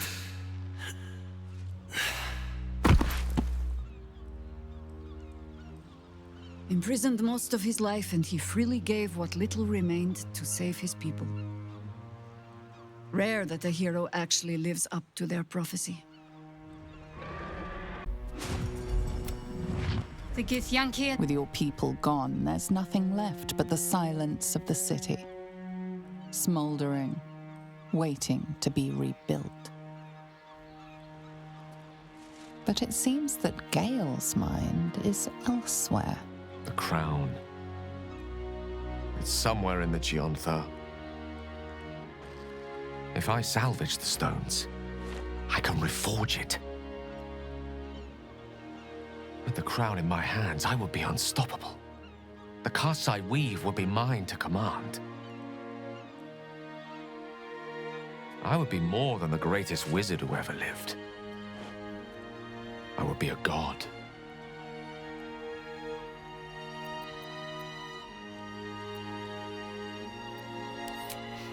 That day cannot come soon enough.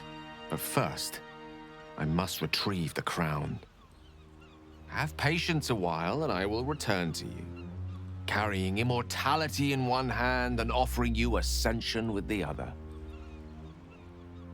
I will be a god, as will you.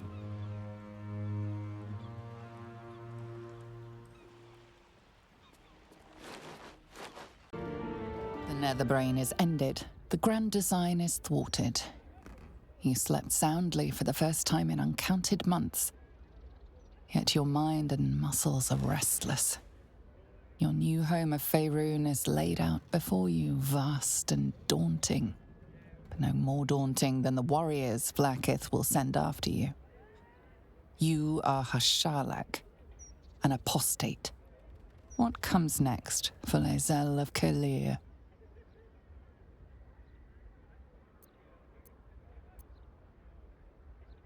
This rock, this planet of Tyrell, is not as craggy as the asteroids your once home was nestled into. It is painted in meadow greens and sea blues. Yet there are mountains for climbing, ogre blood for spilling, and fellow warriors for fraternizing. Yes, you could get used to that life. You've grown accustomed to the rock. Else maybe, just maybe, you're even fond of it. As for Vlaakith's Githyanki, let them come. You'll be waiting. 6 months have passed since you defeated the Netherbrain. And since then, you have seen more of life than you ever thought possible. You are greeted as a savior, a champion, a hero. But sometimes you feel like something else entirely. An adventurer, a traveler, a survivor. You faced down the gods. You thwarted the grand design. Anything seems possible. But before you can write the next chapter of your story, you must end this one.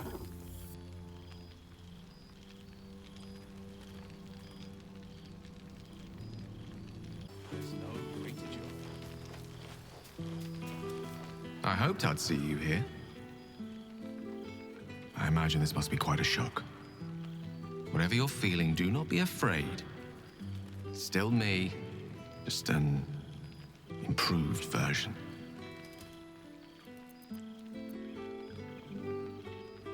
Forget you? Never.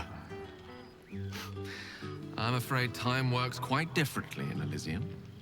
I didn't realize how long I'd been gone until I received Wither's summons. I imagine you're wondering how all this came to be. The finer points of divine ascension are beyond mortal comprehension, I'm afraid, but I can provide a rudimentary sequence of events.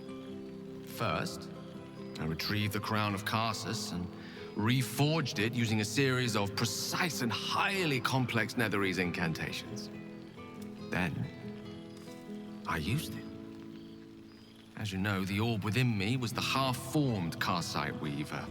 Magic left incomplete by Karsus' self-destruction. I finished it. Using the crown of Karsus, I turned it into a new form of magic, fused with my being, driven by my purpose. And then I put it to work. As expected, Mystra was unwilling to hand over the reins of the weave, so I've claimed dominion over another area which I've passing familiarity. Ambition.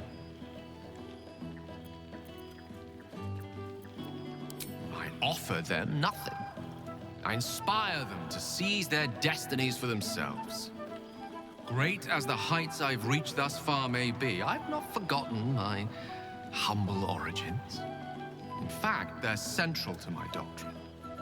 Those drawn to the Galarian Creator merely seek my guidance as the impressive, all-powerful being I've become. Ambition is about beginnings. It's not just about the heights, but the lows that preceded them. I was nothing. A drifting dust mote of a wizard, abandoned by my goddess, my powers lost, my reputation destroyed. And look at me now. I'm their proof. Proof their hopes are not barren wastes, but the loamy soil in which their future achievements will flourish. Proof that with ambition, anything is possible.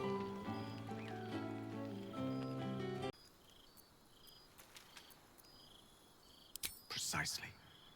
Though that isn't to say I'm averse to the odd bit of direct encouragement. A whisper in the ear of a struggling artisan.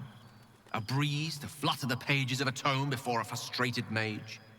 A magical weapon stumbled upon by a desperate would-be hero. I am ambition incarnate. As indistinguishable from that most potent sensation as Mystra herself is from the weave. And word is spreading. There are already several shrines in my honor scattered across the outer reaches of Thay, and rumors of a very prominent temple under construction in Arm. This is only the beginning.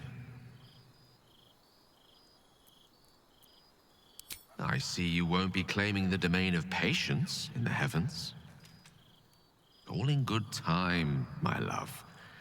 For now, mortality has one more night of enjoyment in store.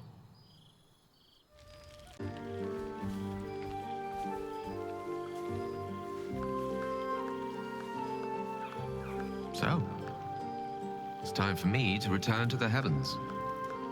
The question is, do you wish to go with me? To become a god at my side?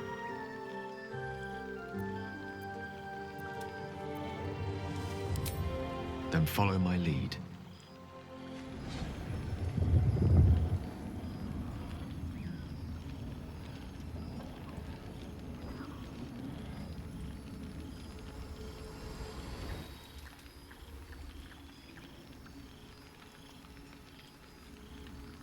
Close your eyes. How do you feel?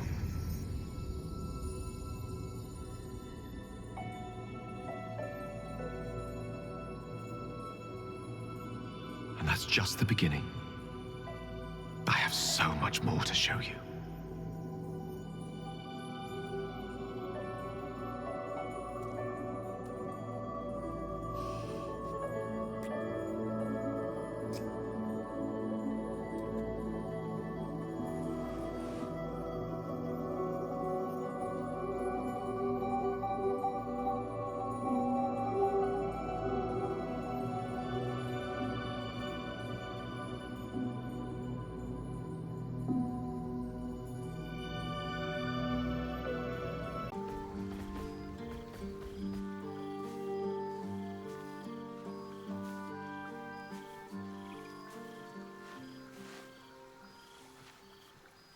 So, it's time for me to return to the heavens. The question is, do you wish to go with me? To become a god at my side? That is for you to decide, my love. Ambition made me what I am. What drives you, we have yet to discover. Your domain will come to you as you settle into divinity. I can't wait to see what you'll become.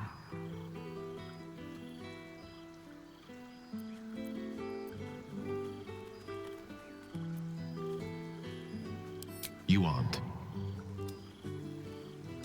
That's disappointing. Then this is goodbye, I suppose.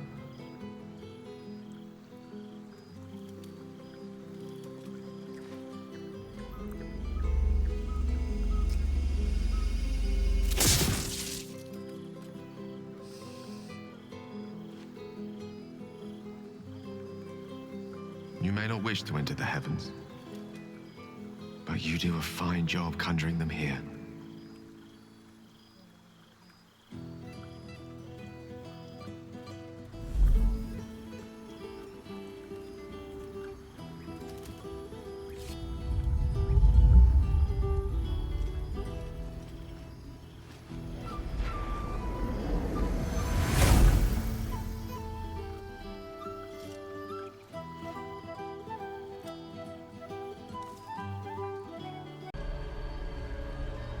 Then you must become a Mindflayer. It is the only way. You have resisted such a fate so far, and this would be a complete evolution. And you will be an illithid for the rest of your days. Is this really something you would be willing to accept? Hold a moment. We are not so short on time that we cannot stop and think about this. Quite the choice you're faced with. Surrender the Netherstones to a Mindflayer, or surrender your soul and become one. If you need advice, I'll do my best. Though I have to say I've not much to draw on in this case. It's rather a unique predicament to have landed yourself with.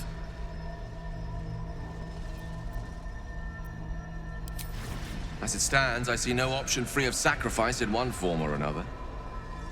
So the question becomes, what are you willing to give up? Relinquish the stones, and you place your fate in the hands of a creature whose trustworthiness is hardly guaranteed. Keep the stones, and you relinquish the very essence of your being, your soul, your emotions, your purpose.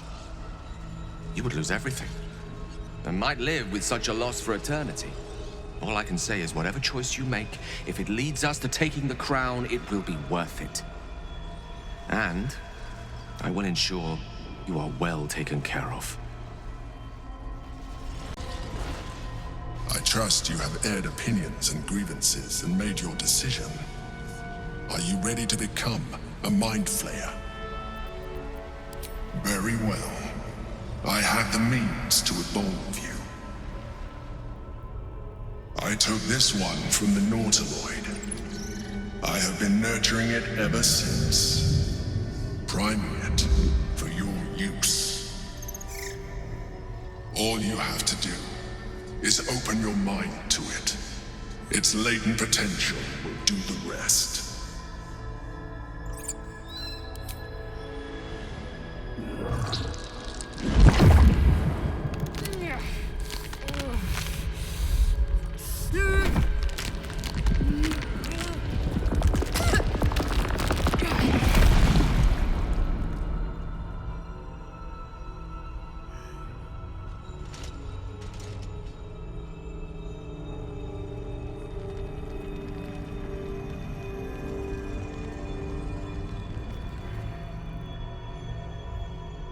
The boundary between thought and feeling is gone.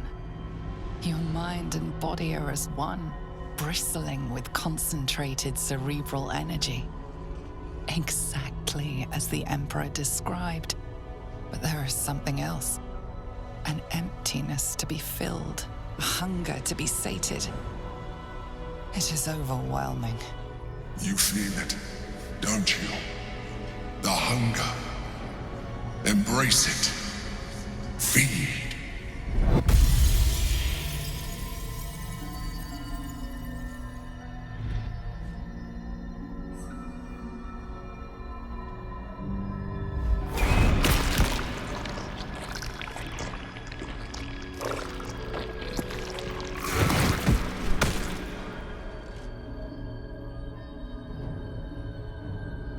I'm sure you will learn how to do it more gracefully with time. But you have done what is necessary. The greater challenge now lies ahead of us. The Netherbrain.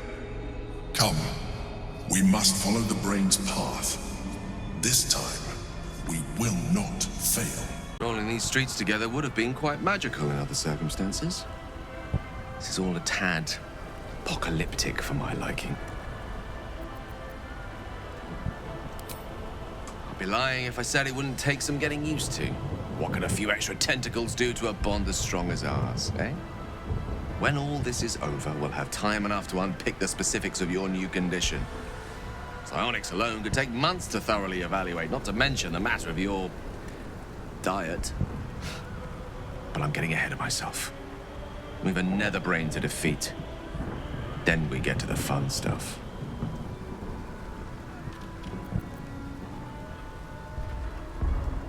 I'd need a ream of parchment longer than an Elderbrain's stem to capture the tumult I feel at that particular prospect.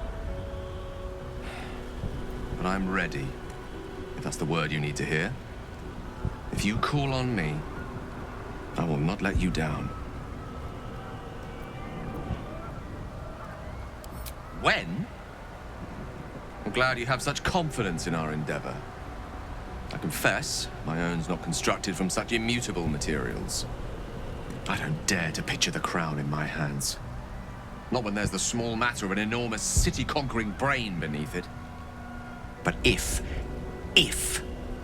we overcome that obstacle. I will do everything.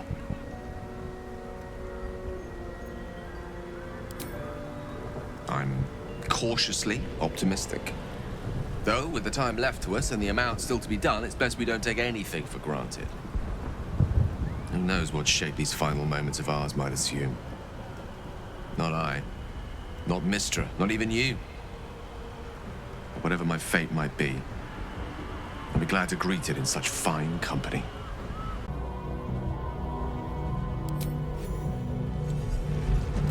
My master. I must obey. I must end.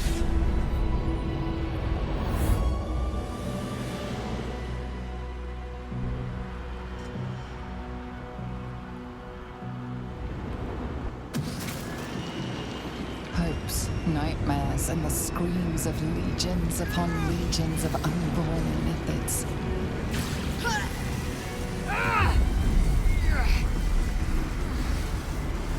The pain rips through you, obliterating all thought, all feeling.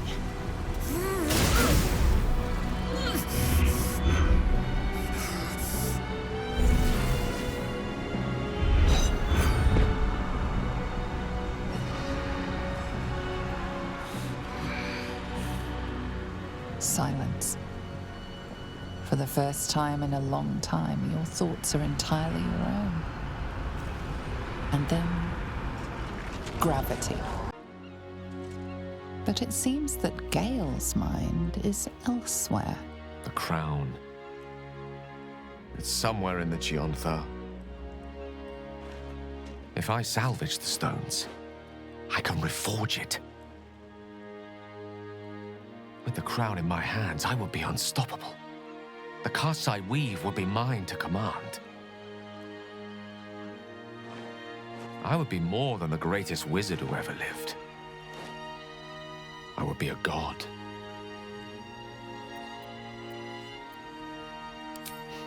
That day cannot come soon enough. But first, I must retrieve the crown. Have patience a while, and I will return to you, carrying immortality in one hand and offering you ascension with the other. I will be a god, as will you.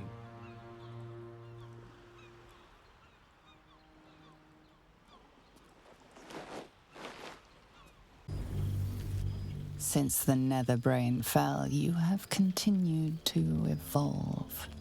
Thought is action, action is thought, speech is difficult.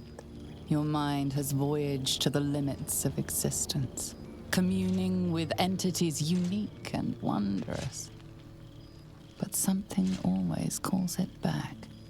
Back to Faerun, back to yourself, back to the beginning. The time before you became what you are. When your tadpole first sang in your mind, you are back there once again when a voice comes to you. Withers, who you know so well. It is time, he says, to meet with your allies once again. You dream of them often. And now you will see if your dreams have become their reality. There you are. I hoped I'd see you here. I imagine this must be quite a shock. Whatever you're feeling, do not be afraid. Still me, just an improved version.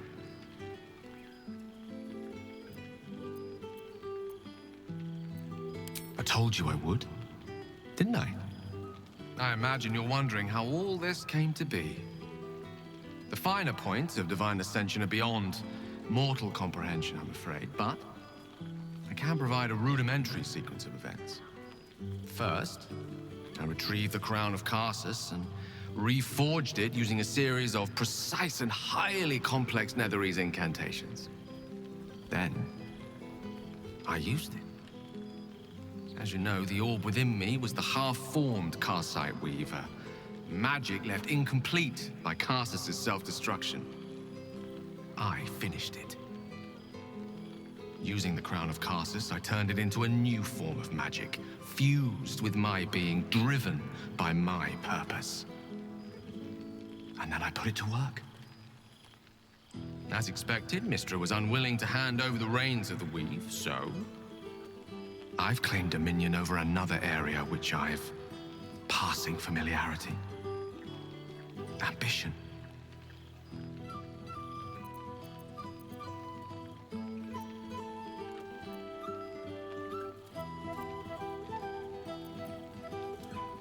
I offer them nothing. I inspire them to seize their destinies for themselves. Great as the heights I've reached thus far may be, I've not forgotten my humble origins. In fact, they're central to my doctrine. Those drawn to the Galarian creator merely seek my guidance as the impressive, all-powerful being I've become. Ambition is about beginnings. It's not just about the heights, but the lows that preceded them. I was nothing. A drifting dust mote of a wizard, abandoned by my goddess, my powers lost, my reputation destroyed. And look at me now. I'm their proof. Proof their hopes are not barren wastes, but the loamy soil in which their future achievements will flourish. Proof that with ambition, anything is possible.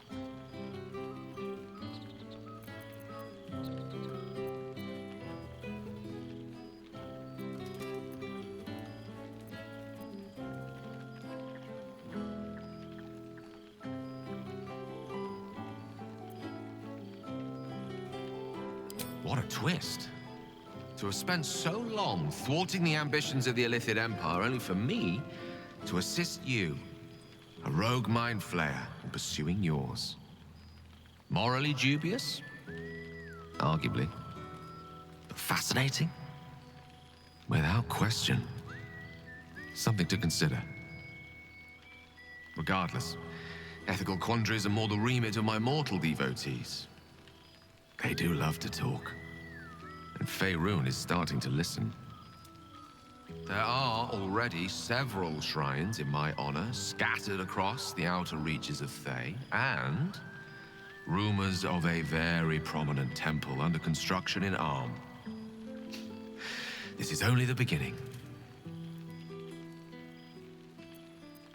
I see you won't be claiming the domain of patience in the heavens. All in good time, my love. For now, mortality has one more night of enjoyment in store.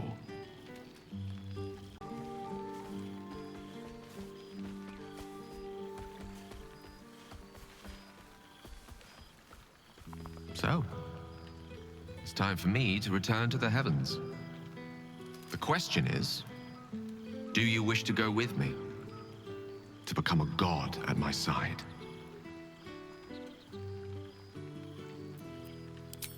Then follow my lead.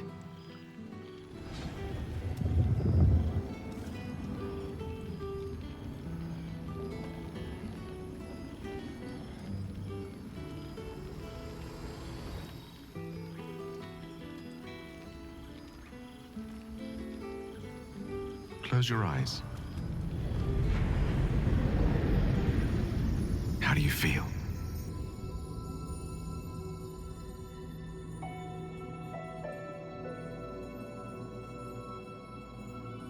And that's just the beginning. I have so much more to show you.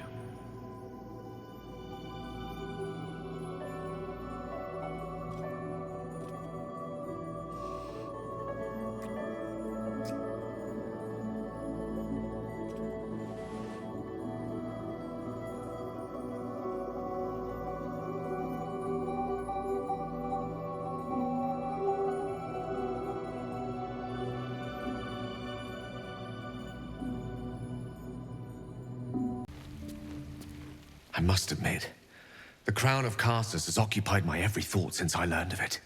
If I can seize it and use it, the possibilities for us are infinite.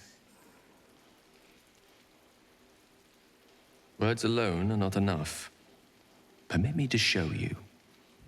Please, close your eyes a moment. Astra navigamus. Few mortals ever glimpse what you're about to see. But don't be alarmed. I'm here with you. Now, open your eyes.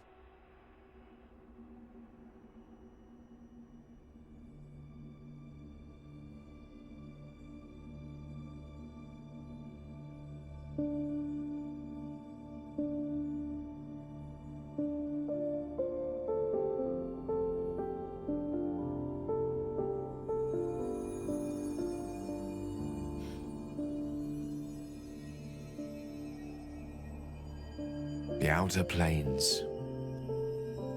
This is where gods dwell. They observe us from afar, where they make playthings of us. They will keep all of this from us. The power, the possibilities. They only want us to serve them, to pray to them, and ultimately to die for them. But what if we didn't need them? What if we wielded their power instead and helped ourselves in all the ways they refuse to? I could make that happen. I could make this illusion a reality, with you by my side. Then have me, but have the best possible version of me. The tadpoles, the orb, these threats to our existence. The gods could aid us if they wished, but instead they cower behind Io. So let us act ourselves. With the power of the crown, any foe would be rendered impotent. Any obstacle would be dwarfed by our might. I used to believe Mistress Forgiveness was worth dying for. But I was wrong. You showed me just how much I have to live for. With you, I forget, my goddess. I love you. Tell me you feel the same way.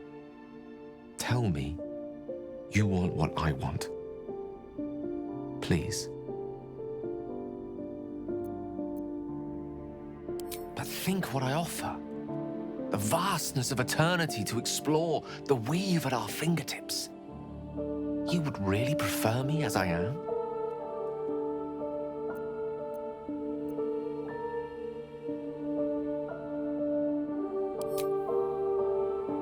I hope you're right. I truly do. Godly power, perhaps I can live without, but you? You're everything.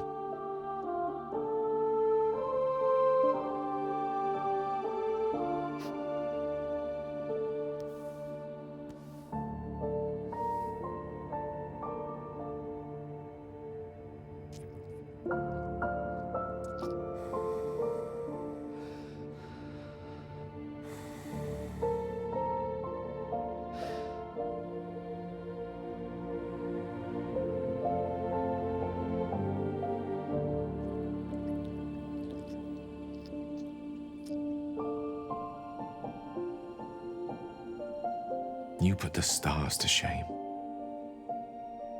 Let's sit here another while.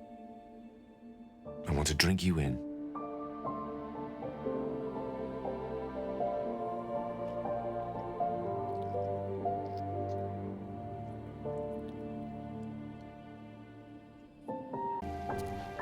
Elminster? Oh, hello, my boy. No, don't mind me. I'm just enjoying a lungful of Baldurian air. Yes, a distinctive aroma, though perhaps not one worthy of bottling. I hear you've been browsing in the most esteemed of emporiums, sorcerous sundries. Indulge my curiosity. What wonders did you discover there?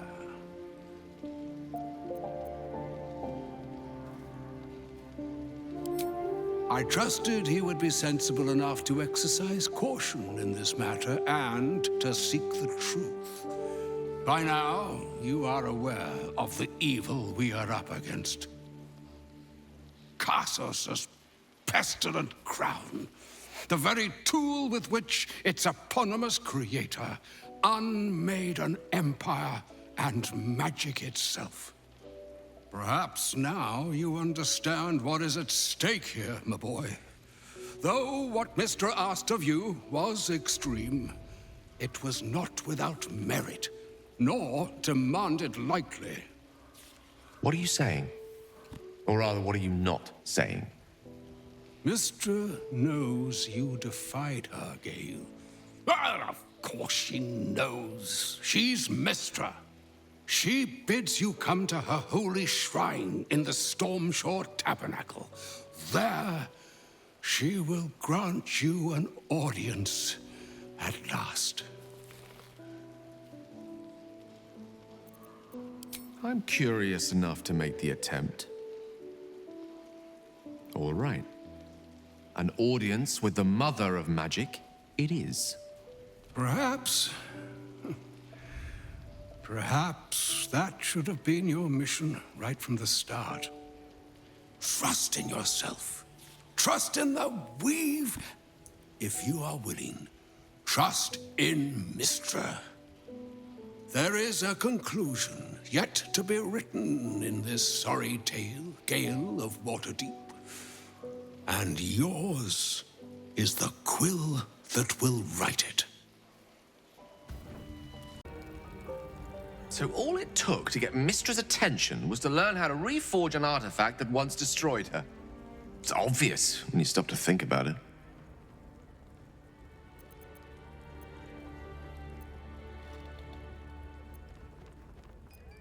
The Weave is a highly sensitive, magical network threaded through all life on this plane. Any shift in magical energy, no matter how small, is akin to a beacon alerting Mistra to its cause. Opening a book, like the Annals of Karsus, was akin to us shooting a firework spelling, "Look at us, Mistra," directly into the skies of Elysium. She knows.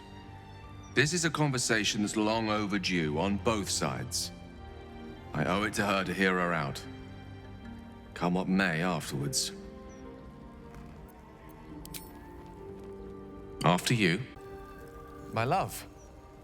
I hope you enjoyed our voyage through the cosmos. I was hoping you might have a moment to talk about it. I hope you don't think less of me. Great ambition should not come at the expense of what you already hold dear. I see that now. What divine calculus plucked each of us from the ether and thrust us together? I don't deserve you, truly. But I will do my utmost to earn the right. Was there anything else you wish to discuss? There she stands, just as Elminster promised. Mistra, goddess of the weave, mother of all magic. The old man wasn't lying. She's opened the summoning channel. Can't you feel it? Gale's right. The very air around the statue crackles with magic. It sets your teeth on edge. A stream of pure, undiluted weave. I only have to reach out, and it will carry me to Mistra, wherever she may be. Well? Are you composing a poem in your head or some such? Time was, I'd have given my right arm for a chance to speak with Mistra again. The left one, too. Maybe a knee. Am I? You're right. I am a strong, capable wizard. And this is no more than a casual reunion with an ex-lover. My omnipotent, omniscient ex-lover.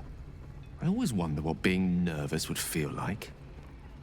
I hate it.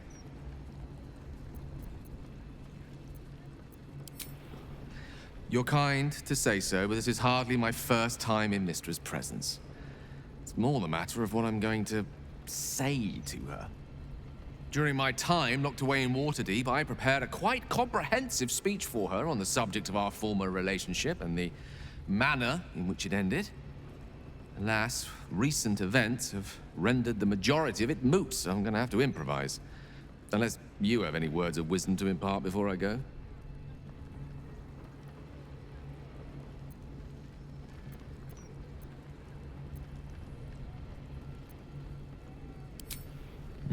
You're right. A heartfelt apology is the surest way to a goddess's heart, and her favor. I pray that she'll be in a forgiving mood. If she weren't the one I'd be praying to. I'll only be gone for a matter of moments.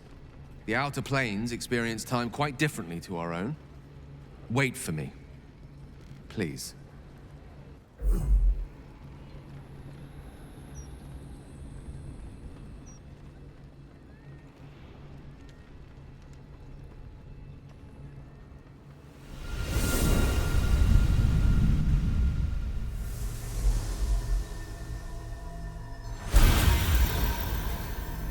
Gale of Waterdeep.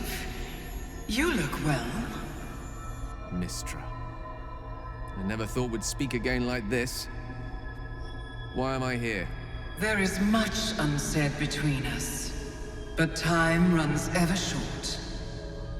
You discovered what lies at the heart of the Absolute, the crown of Karsus. And you disobeyed my instruction. Why? I didn't want to die. And when I saw the crown, I thought I might not have to, if I only understood its power. And you believe you have the right to such an understanding? The past cannot be undone with self-pity, nor can a future be forged. Only with the truth will you see the way ahead. The fragment of magic you tried to return to me was not of my creation. It was the Karsite Weave. It is a corrupted, half-born magic, wrought in the brief moment Karsus ascended to godhood. It hungers for power, just as he did, and it can never be sated. You unleashed something that would consume all magic in existence, and yet you thought only of preserving yourself. That can't be. It wasn't. It couldn't have been. I only wished to prove myself worthy. I had no idea. You were already worthy. What you lacked was patience, and it cost you dearly. When the Karsite Weave entered your body, your gifts were the first thing it consumed. The only reason the orb sleeps is because I have allowed it to feed on the true weave. A temporary measure, but one that will not be enough to save us. With each day that passes, the Elder Brain threatens to become a new kind of god. Its worshippers, a scourge of soulless illithids. If you will not use the orb to end this abomination, then you must find a way to separate crown and host. When you've done this, you must surrender the crown of Karsus to me. I won't let you down again. When the Absolute is vanquished, I will surrender Karsus's powers to you. You have my word. Thank you. May the Weave's light guide your purpose, and its wisdom guide your hand. The future of magic rests on your shoulders, Gale of Waterdeep. I promise you, it is a burden you are strong enough to bear.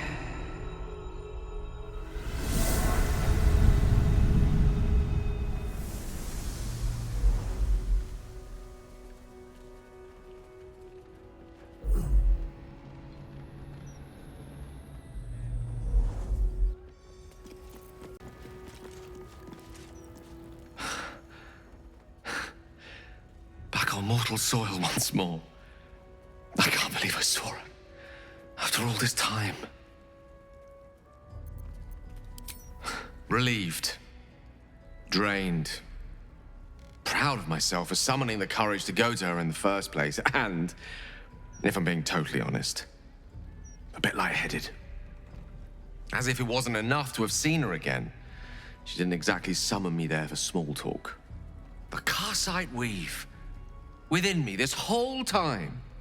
I knew the orb was no ordinary ball of magic before it to be Karsus's malignant creation. Gods! How did I not see that?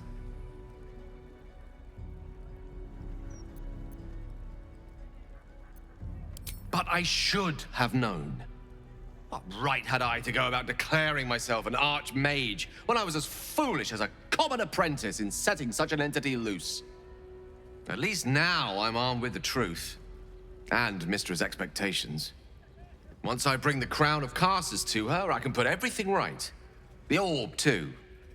I'll be myself again. For all that's worth.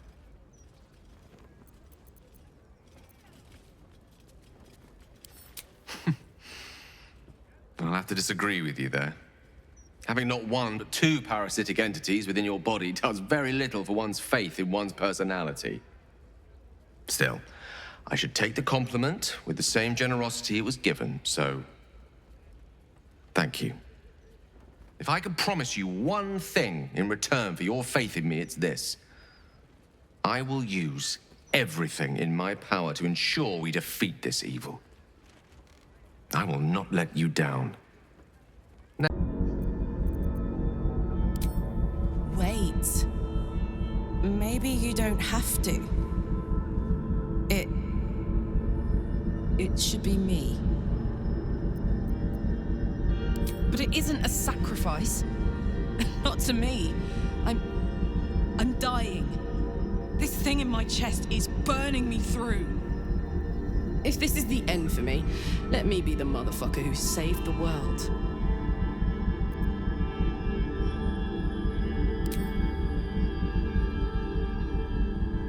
I know you. I know you know your own mind. If this is what you want, then all I can say is, give 'em hell, soldier. Fascinating. You take on the sacrifice, though you could have foisted your responsibility onto another. Perhaps I misjudged you. The Netherbrain wants nothing more than to see all infected become Gake. My defenses keep the voice of the Absolute out. But just as I can raise them, so I can lower them. I will allow the voice of the Absolute in. Once it reaches you, it will order you to transform. It will only take a moment. And once you are a Mindflayer, I will fold you under my protection once more. You will be the savior of empires. Not least, my own. With the withdrawal of Orpheus's power, your mind is rushed with the full force of the Netherbrain. You feel a compulsion unlike anything you've ever known. Excruciating and exhilarating in equal measure. You wish nothing in the world but to evolve. Then, complete silence, as you are once again closed off from the Netherbrain's mind. Our people will remember you. The rebel Illithid who stood beside their reborn prince and ended the grand design. Let us return now to the city and follow the path of the Netherbrain. Resist. Impossible. Pain. Fear. Terror. Reconsider. Assess. Implore. Surrender.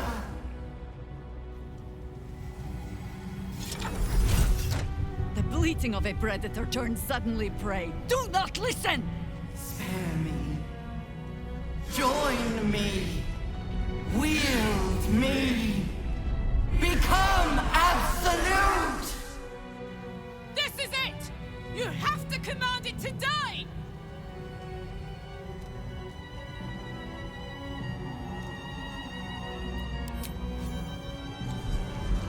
My master.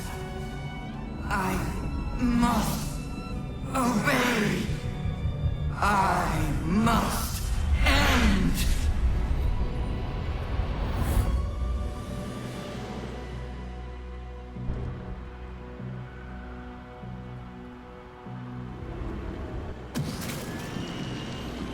hopes, nightmares, and the screams of legions upon legions of unborn Illithids.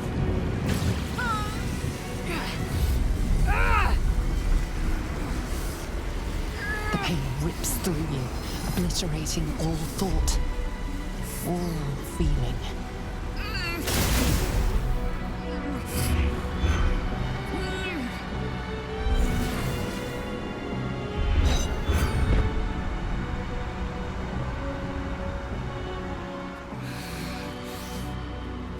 Silence.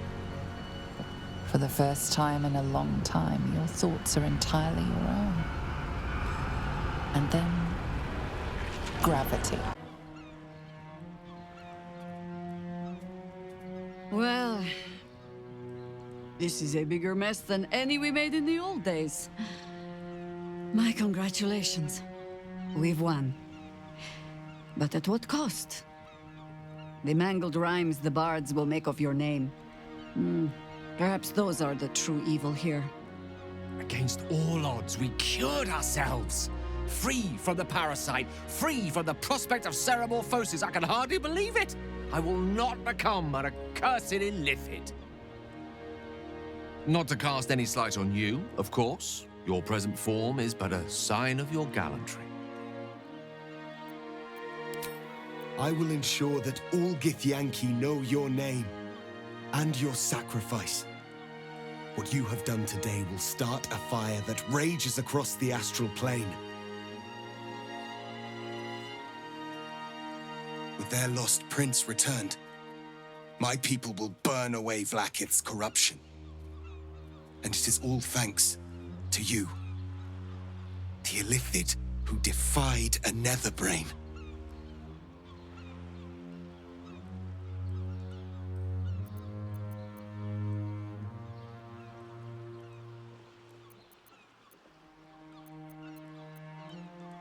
As you wish, my savior.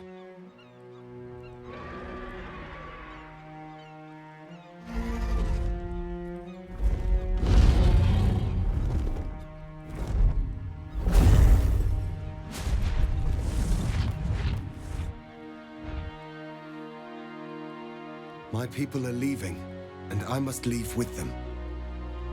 Lae'zel.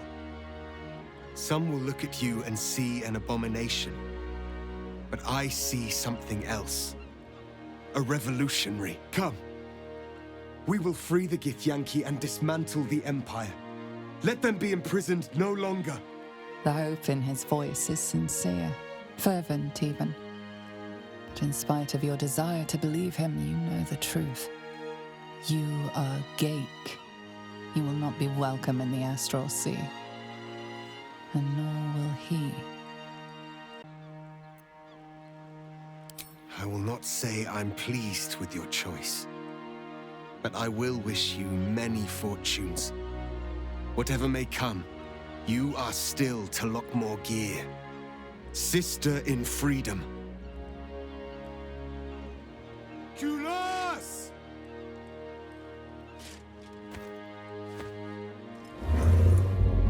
Farewell, Gestil, my liberator.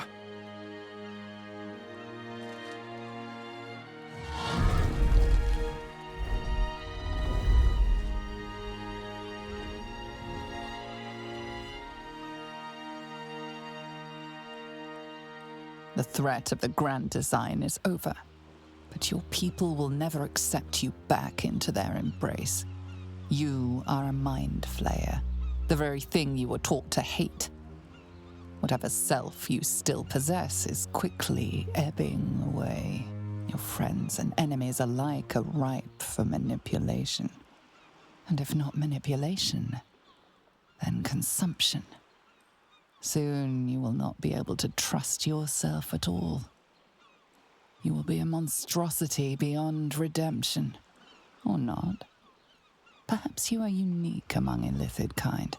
Perhaps you will retain enough of who you are to resist your nature. A rogue Mindflayer. Like the Emperor. The risk is certainly yours to take. Will you? You have thwarted the Illithid grand design. You have honored your people. You have secured their future.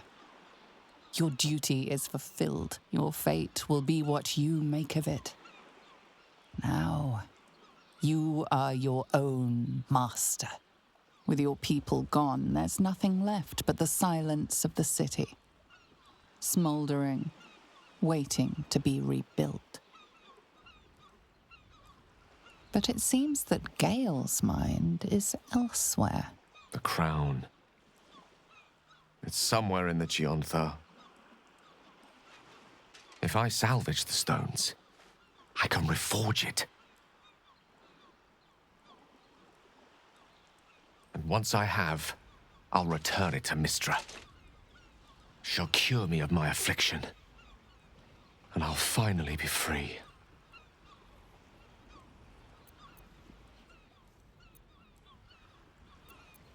And a more deserving one this time around. If this adventure has taught me anything, is that there are things in this world far more valuable than power. You, for example. You're always wiser than me when it mattered most. Besides, growing quite fond of this merry band of ours, but I'd quite like to see what happens to it.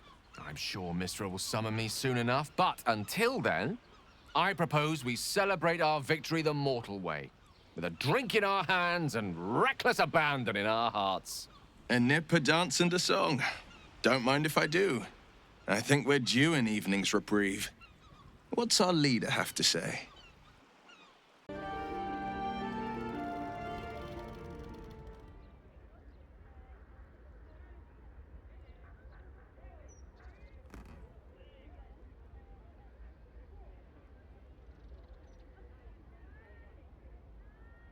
It's curious. After all the wonders and monstrosities we've witnessed, waking beside you seems more unreal than any of it.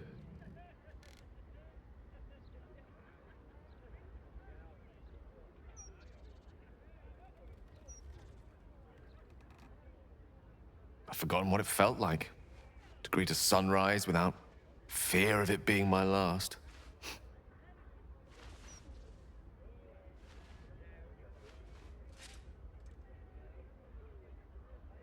Soon, I'll deliver the crown to Mystra and be rid of the orb at long last. I'll be free.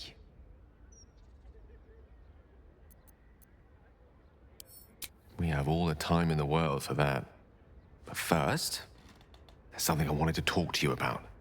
I've decided to drop this whole Gale of Waterdeep business. It's a bit pompous, don't you think?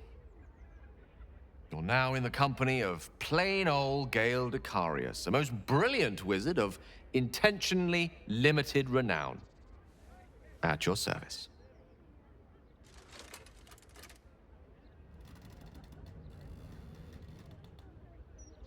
Now, I believe this is the moment where I should get to my point, so to speak.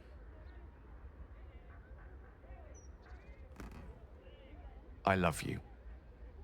More than I've ever loved anyone, mortal or immortal. And you've proven your love for me in more ways than even the greatest mathematicians would dare to count. That being said, I wondered if you might consider accompanying me back to Waterdeep as a new member of the Decarius clan.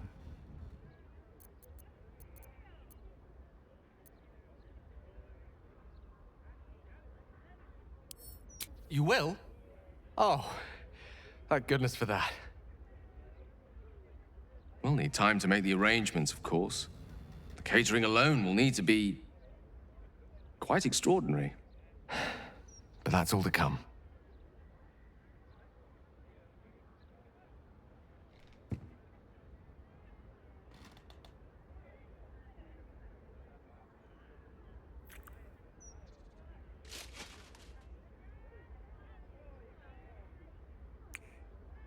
The day is young, and there are thousands more days ahead of us.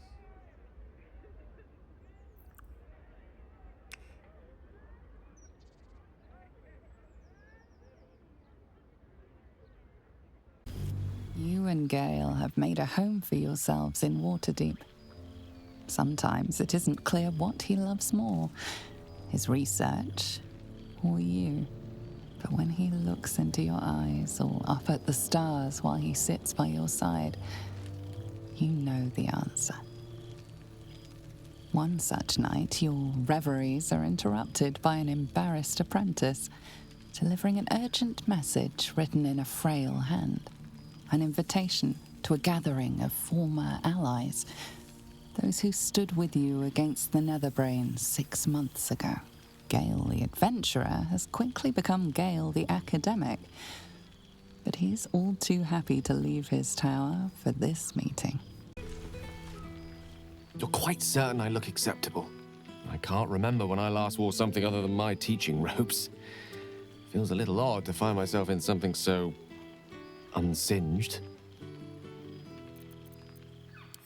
That's a relief. I wasn't sure if I'd made too much of an effort. Perhaps not enough. If only you'd applied those efforts to that thing on your chin.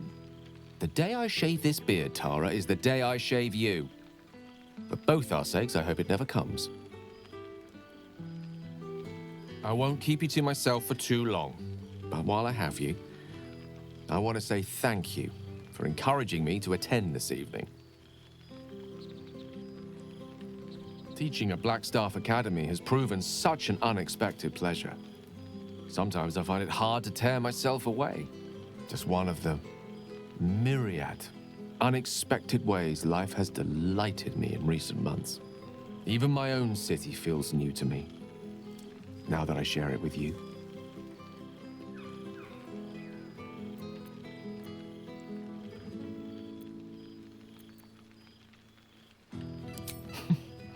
That you do. I've not had so much fun in Waterdeep since my own days as a Blackstaff apprentice. I'm just glad you're happy there. When we met, our lives were rather different, and being here this evening, well, reminds me how much has changed. When Mystra quelled the orb at last, she did more than rid me of its threat. She created room for hope, where once I only felt despair. Standing here, now, I no longer see the people we were. Frightened, desperate, alone. Changed. We survived. And we did it together. I've missed them. I've missed this.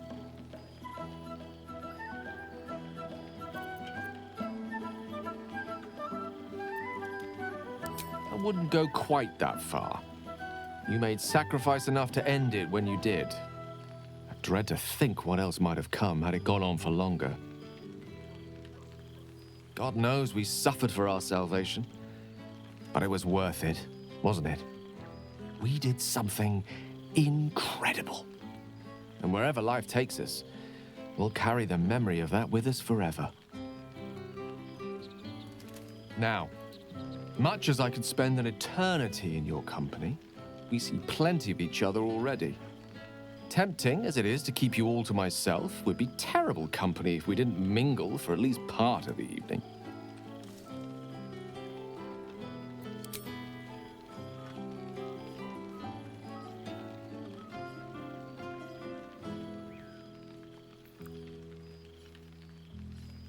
I love you. Now go on, before I change my mind.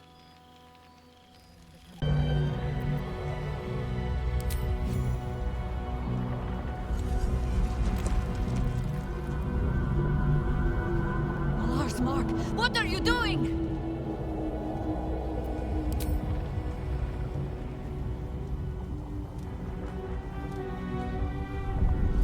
Together, conquer, rule, command!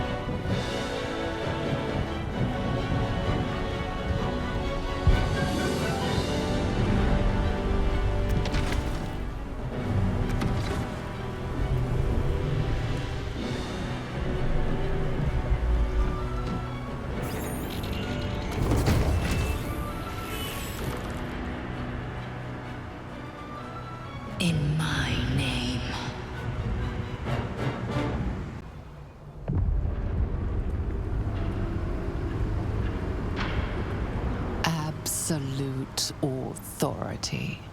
A bliss like no other, drawn from a brain most great and most vile.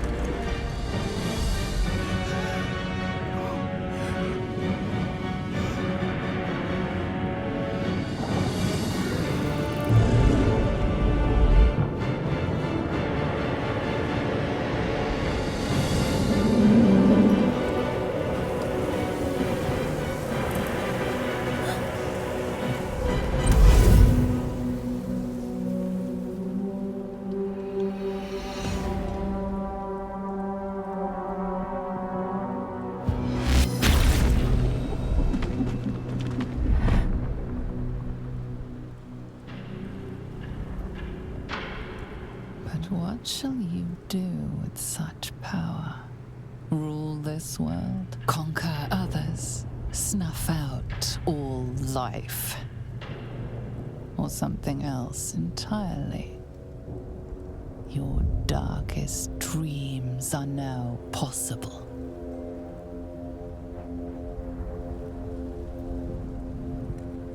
You have come so far. Once you feared Ceramorphosis, but no more. It has granted you ultimate power, and now ushers your dreams towards reality. But such power has a price, and yours are not the only dreams. You feel compelled to follow the will of the Illithid hive mind, to enact the grand design. You cede control. It's almost comforting to be part of something far grander than an individual. You are the crest of a great wave that will consume all and redefine all. This is but the first conquest. Every realm shall quake at your power. Every tongue shall speak your name in awe. Every god shall perish in your shadow. This world is yours. Now for the rest.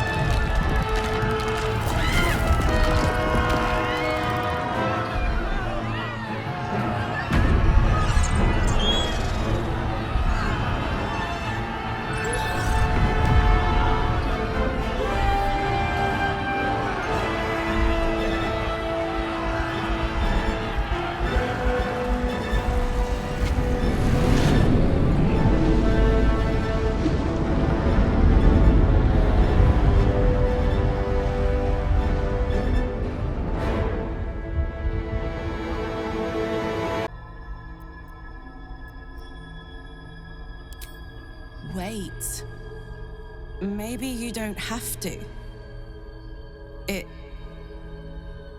should be me. I'm dying. My heart feels like a live grenade. Gonna blow any minute. You still have a life to live. I don't. If this is the end for me, let me be the motherfucker who saved the world. Any time, soldier. You, Tiefling. You would volunteer your life for the greater good. You would make the ultimate sacrifice. I thank you. The Netherbrain wants nothing more than to see all infected become Gake. My defenses keep the voice of the Absolute out. But just as I can raise them, so I can lower them. I will allow the voice of the Absolute in. Once it reaches you, it will order you to transform. It will only take a moment. And once you are a Mindflayer, I will fold you under my protection once more. You will be the savior of empires. Not least, my own. With the withdrawal of Orpheus's power, Karlach's mind is rushed with the full force of the Netherbrain. The fabric of her being is torn apart and reformed in an agonizing process that is ending too soon.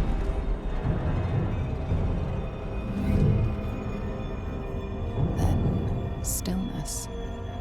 She stands transformed, once again closed off from the Netherbrain's mind.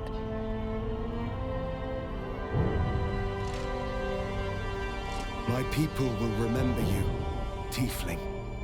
The rebel Illithid who stood beside their reborn prince and ended the grand design. Let us return now to the city and follow the path of the Netherbrain.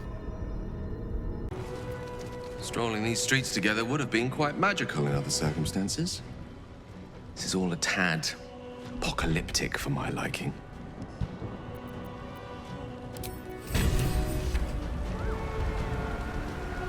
Strolling these streets together would have been quite magical in other circumstances. This is all a tad apocalyptic for my liking. I'd need a ream of parchment longer than an Elderbrain's stem to capture the tumult I feel at that particular prospect. But I'm ready, if that's the word you need to hear. If you call on me, I will not let you down. When? I'm glad you have such confidence in our endeavor. I confess, my own's not constructed from such immutable materials. I made a promise to my goddess. One I will do my best to keep. For the sake of this city, I can only hope that my best will be enough. I'm cautiously optimistic. Though, with the time left to us and the amount still to be done, it's best we don't take anything for granted.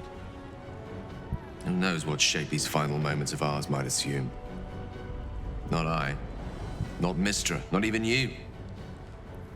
But whatever my fate might be, I'll be glad to greet it in such fine company.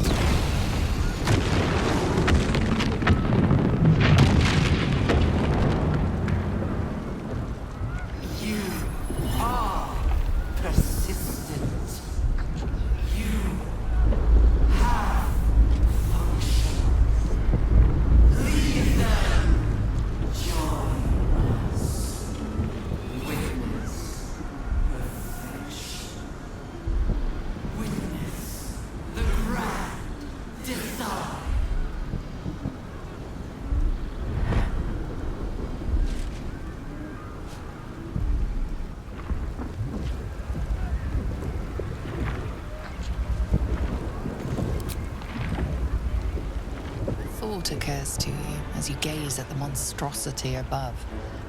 Gale's orb remains an option, one that could put an end to the Absolute once and for all. You're plotting something, aren't you? Come on then, out with it. I'd rather know before we take on that cerebral monstrosity. I thought I made my feelings plain. I do not want to take that step. Not anymore.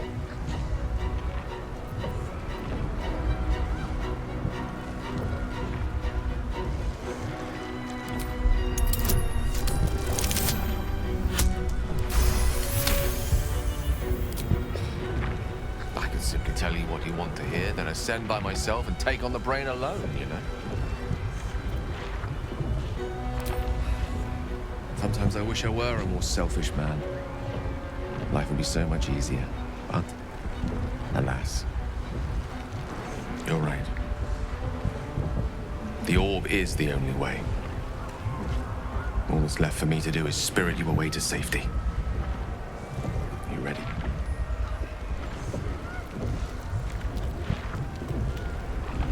There's endless wonder out there. Infinite possibilities.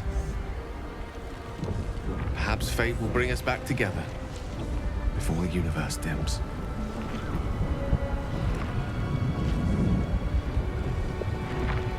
Fugamus inferni blandimenta.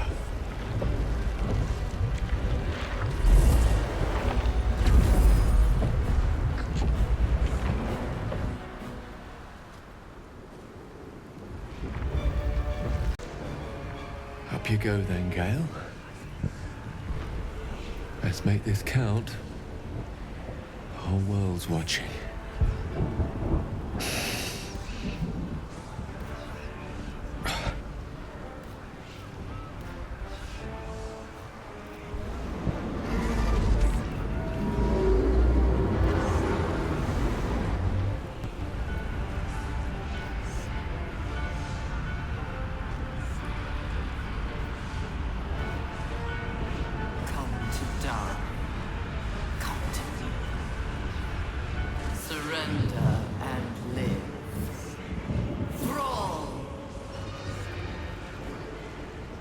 Thrall? No, I think you're mistaken. The name's Gale of Waterdeep. A pleasure to make your acquaintance, though our time together will be exceptionally brief. Farewell, and happy landing.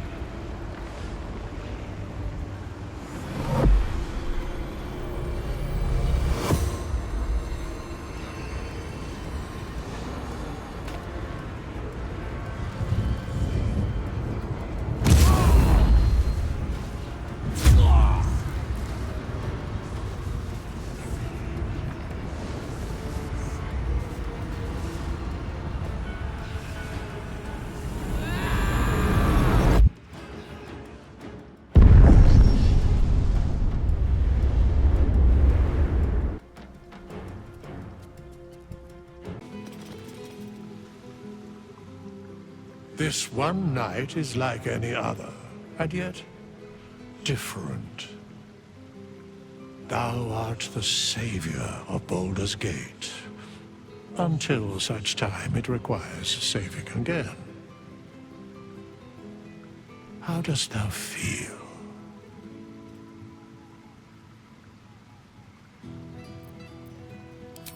If thou could only see the paths of fate untaken, thy mind would surely break. Be glad of thy chosen path. It is, after all, thine. Enjoy the revelry of the day. Thou deservest at least that much.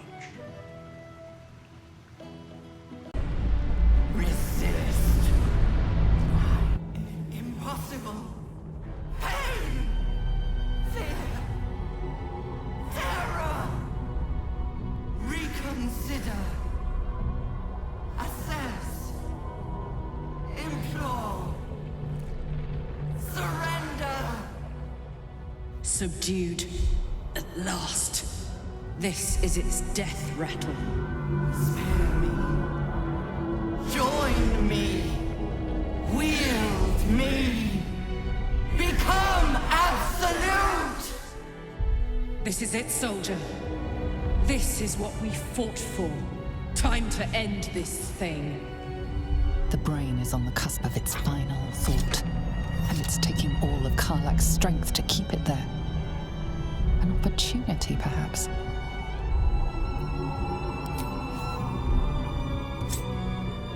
No! What are you doing? This was all I had!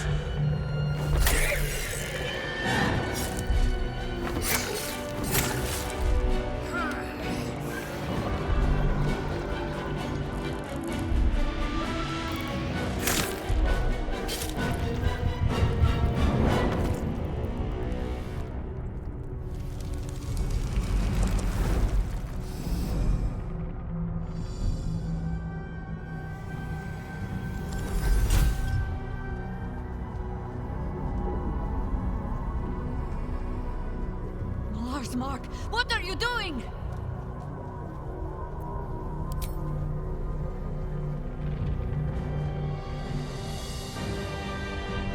Together, conquer, rule. Command!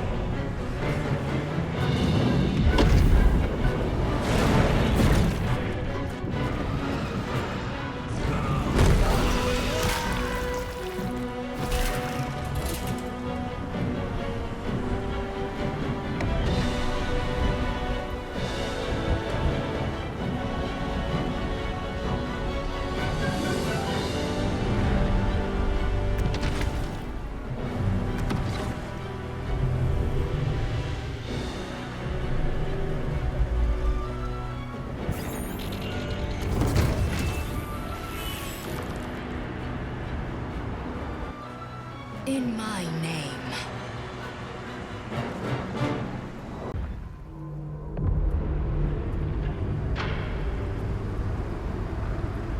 Absolute authority. A bliss like no other, drawn from a brain most great and most vile.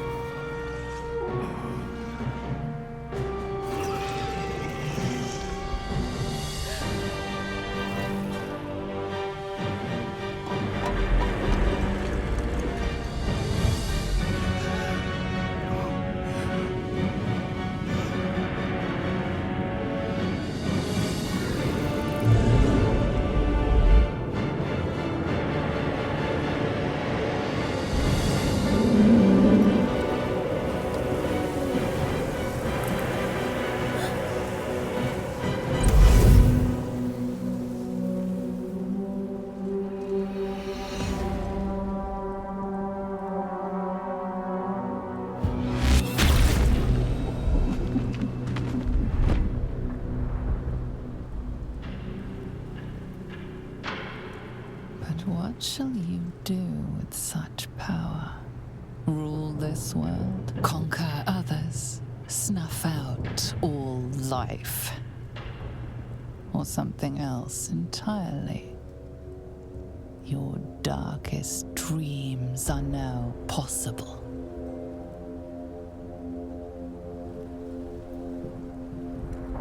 You once thought Mother Gith's son was the rightful heir to the Githyanki throne. But how wrong you were. A comet will rise on the Empire, this much is true. But it will be known by another name. Lae'zel of Kalir, God Regent of the Githyanki.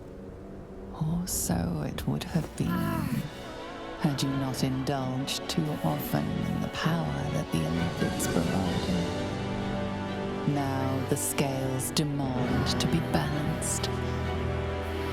Ceramorphosis beckons.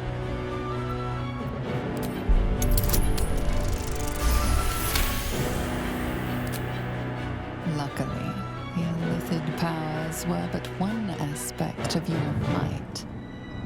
You remain in control, now and always. Time to exercise your will.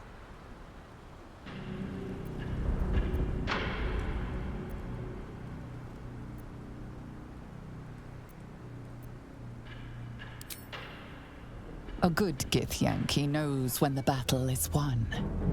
But she knows too when the battlefield has simply changed.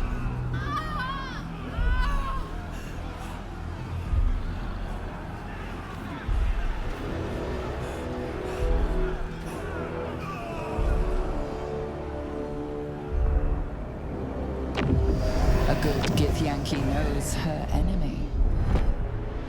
But she knows too that a weapon should never be cast aside, so long as it still might be used.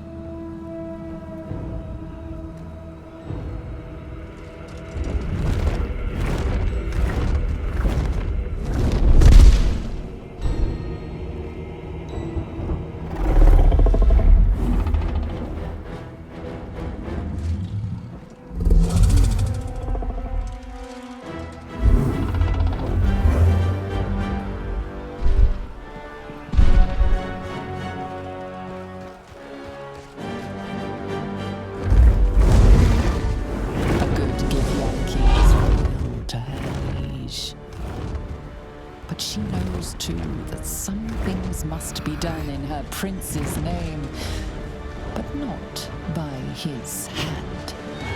A good Githyanki fights all her life for the right to return home. And she does not come empty-handed.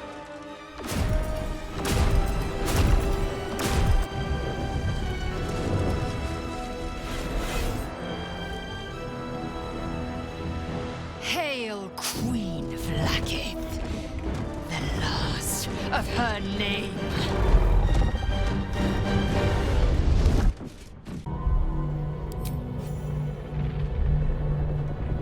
No more tadpoles, brain.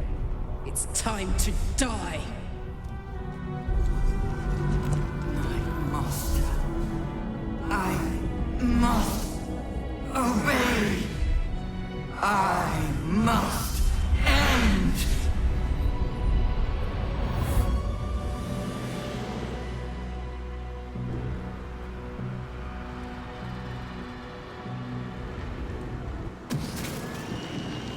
Hopes, nightmares, and the screams of legions upon legions of unborn Illithids.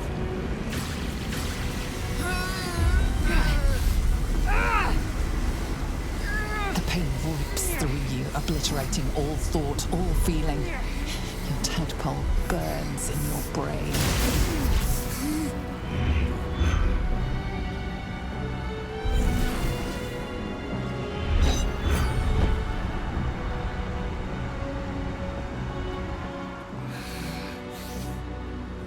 Silence. For the first time in a long time, your thoughts are entirely your own. And then, gravity. Let us ride. Julas! Juthas!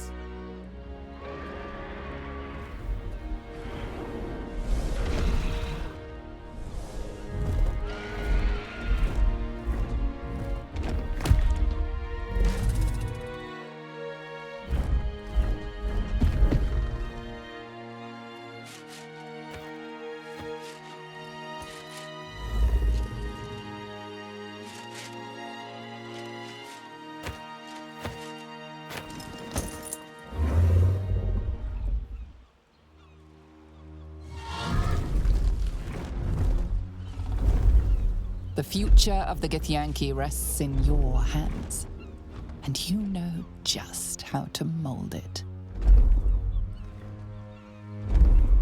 There you are. Well, well. Look what the Tressim dragged in. Professor Gale Decarius of Blackstaff Academy. Educator of the esteemed School of Illusion. A pleasure to remake your acquaintance.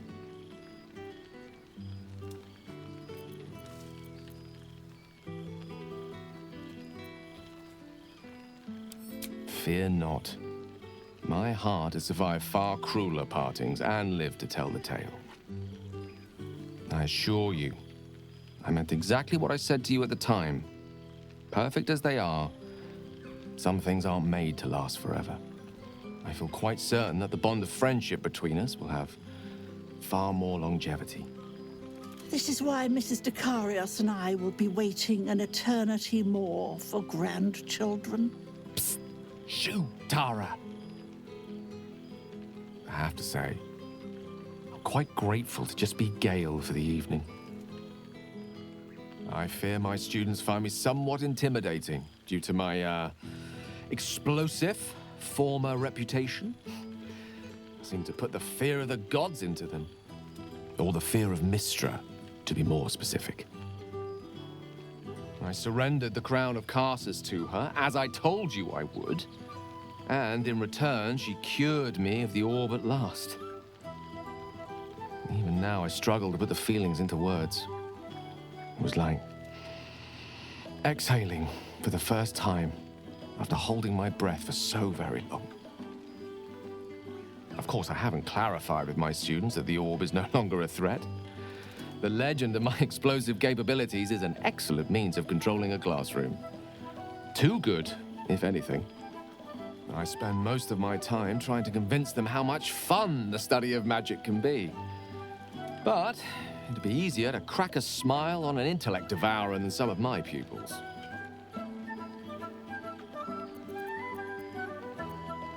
Ah, so you still remember our little lesson. It was quite something to share such a moment with you, though it vanished all too quickly. Teaching you was hardly an effort at all, not like my present cohort of apprentices. Oh, they try their best, of course, when they can manage to stay awake. The cheek of them! Nothing a well-placed swipe from Tara can't fix, though. And what of you? What are you making of this newfound lease of life we earned?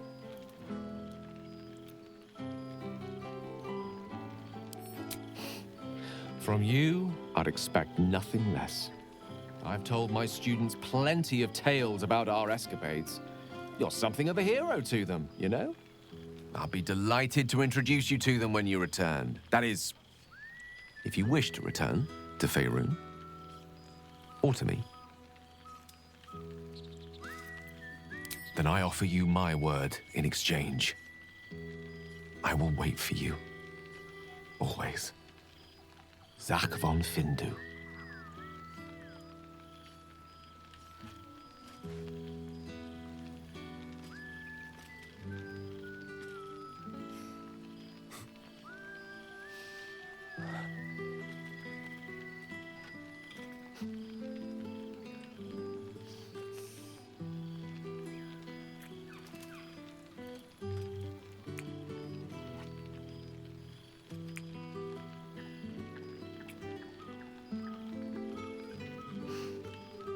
I love you.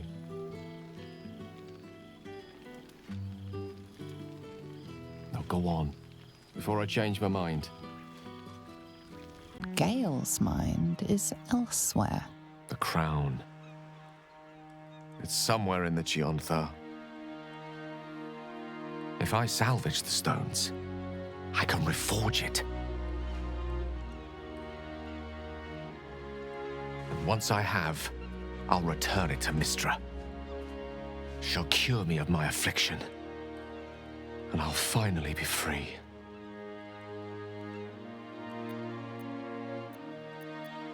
And a more deserving one this time around. If this adventure has taught me anything, it's that there are things in this world far more valuable than power. You, for example. You're always wiser than me when it mattered most. Besides, grown quite fond of this merry band of ours, but I'd quite like to see what happens to it. I'm sure Mystra will summon me soon enough, but until then, I propose we celebrate our victory the mortal way, with a drink in our hands and reckless abandon in our hearts.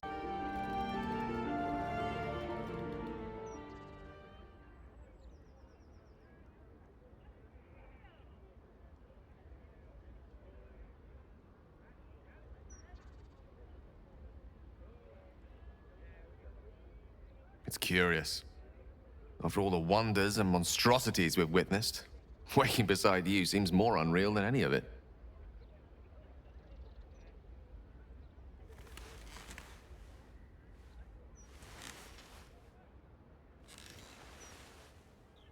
I've forgotten what it felt like to greet a sunrise without fear of it being my last.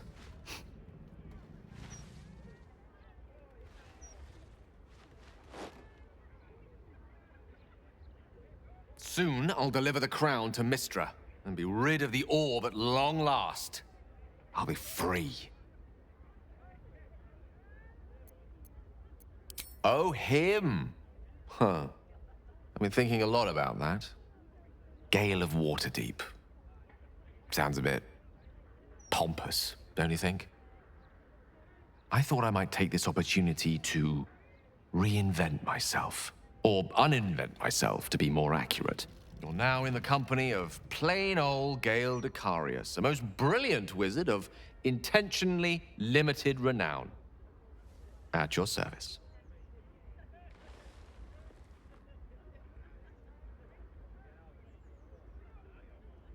Now, I believe this is the moment where I should get to my point, so to speak.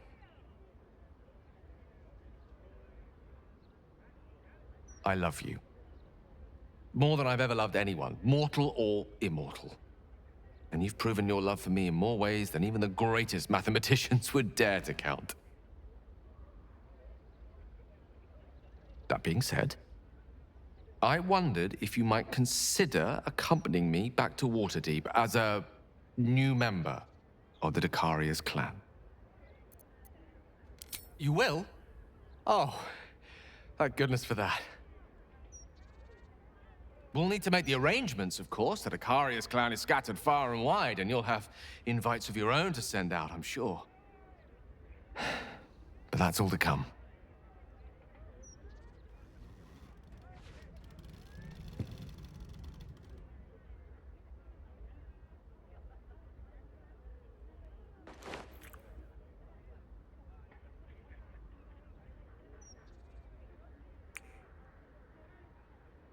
The day is young, and there are thousands more days ahead of us.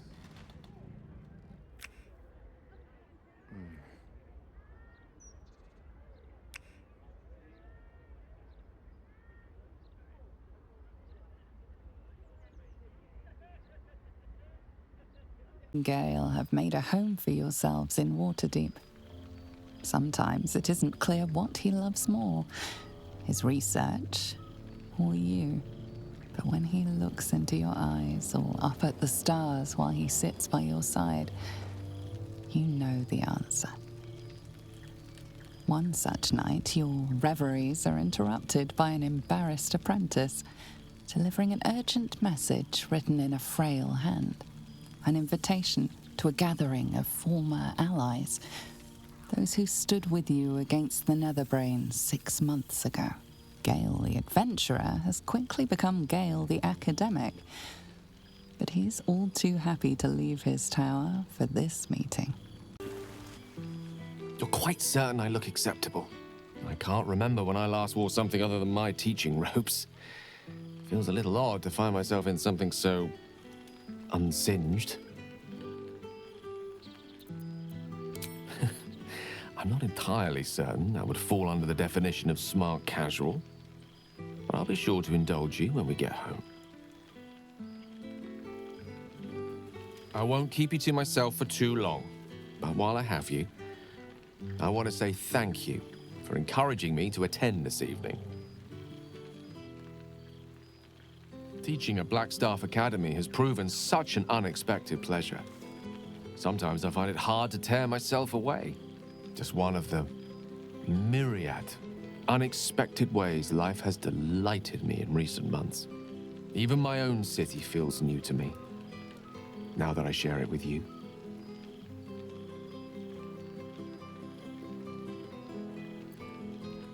I'm just glad you're happy there. When we met, our lives were rather different, and being here this evening, well, reminds me how much has changed. When Mystra quelled the orb at last, she did more than rid me of its threat. She created room for hope, where once I only felt despair. Standing here, now, I no longer see the people we were. Frightened, desperate, alone.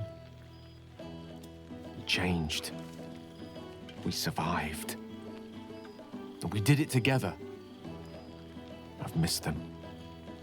I've missed this.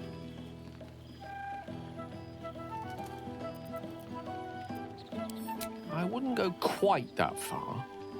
Living without the threat of imminent ceremorphosis seems infinitely preferable to life on the precipice of such a transformation. As I told you long ago, it is to be avoided. God knows we suffered for our salvation, but it was worth it, wasn't it? We did something incredible. And wherever life takes us, we'll carry the memory of that with us forever. Now, much as I could spend an eternity in your company, we see plenty of each other already. Tempting as it is to keep you all to myself, would be terrible company if we didn't mingle for at least part of the evening.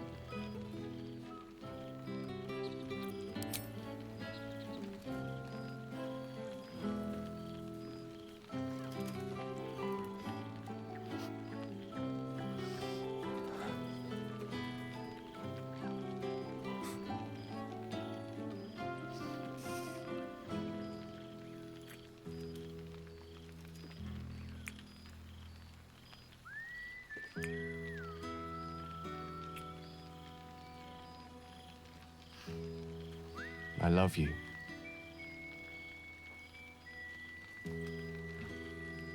Now go on, before I change my mind.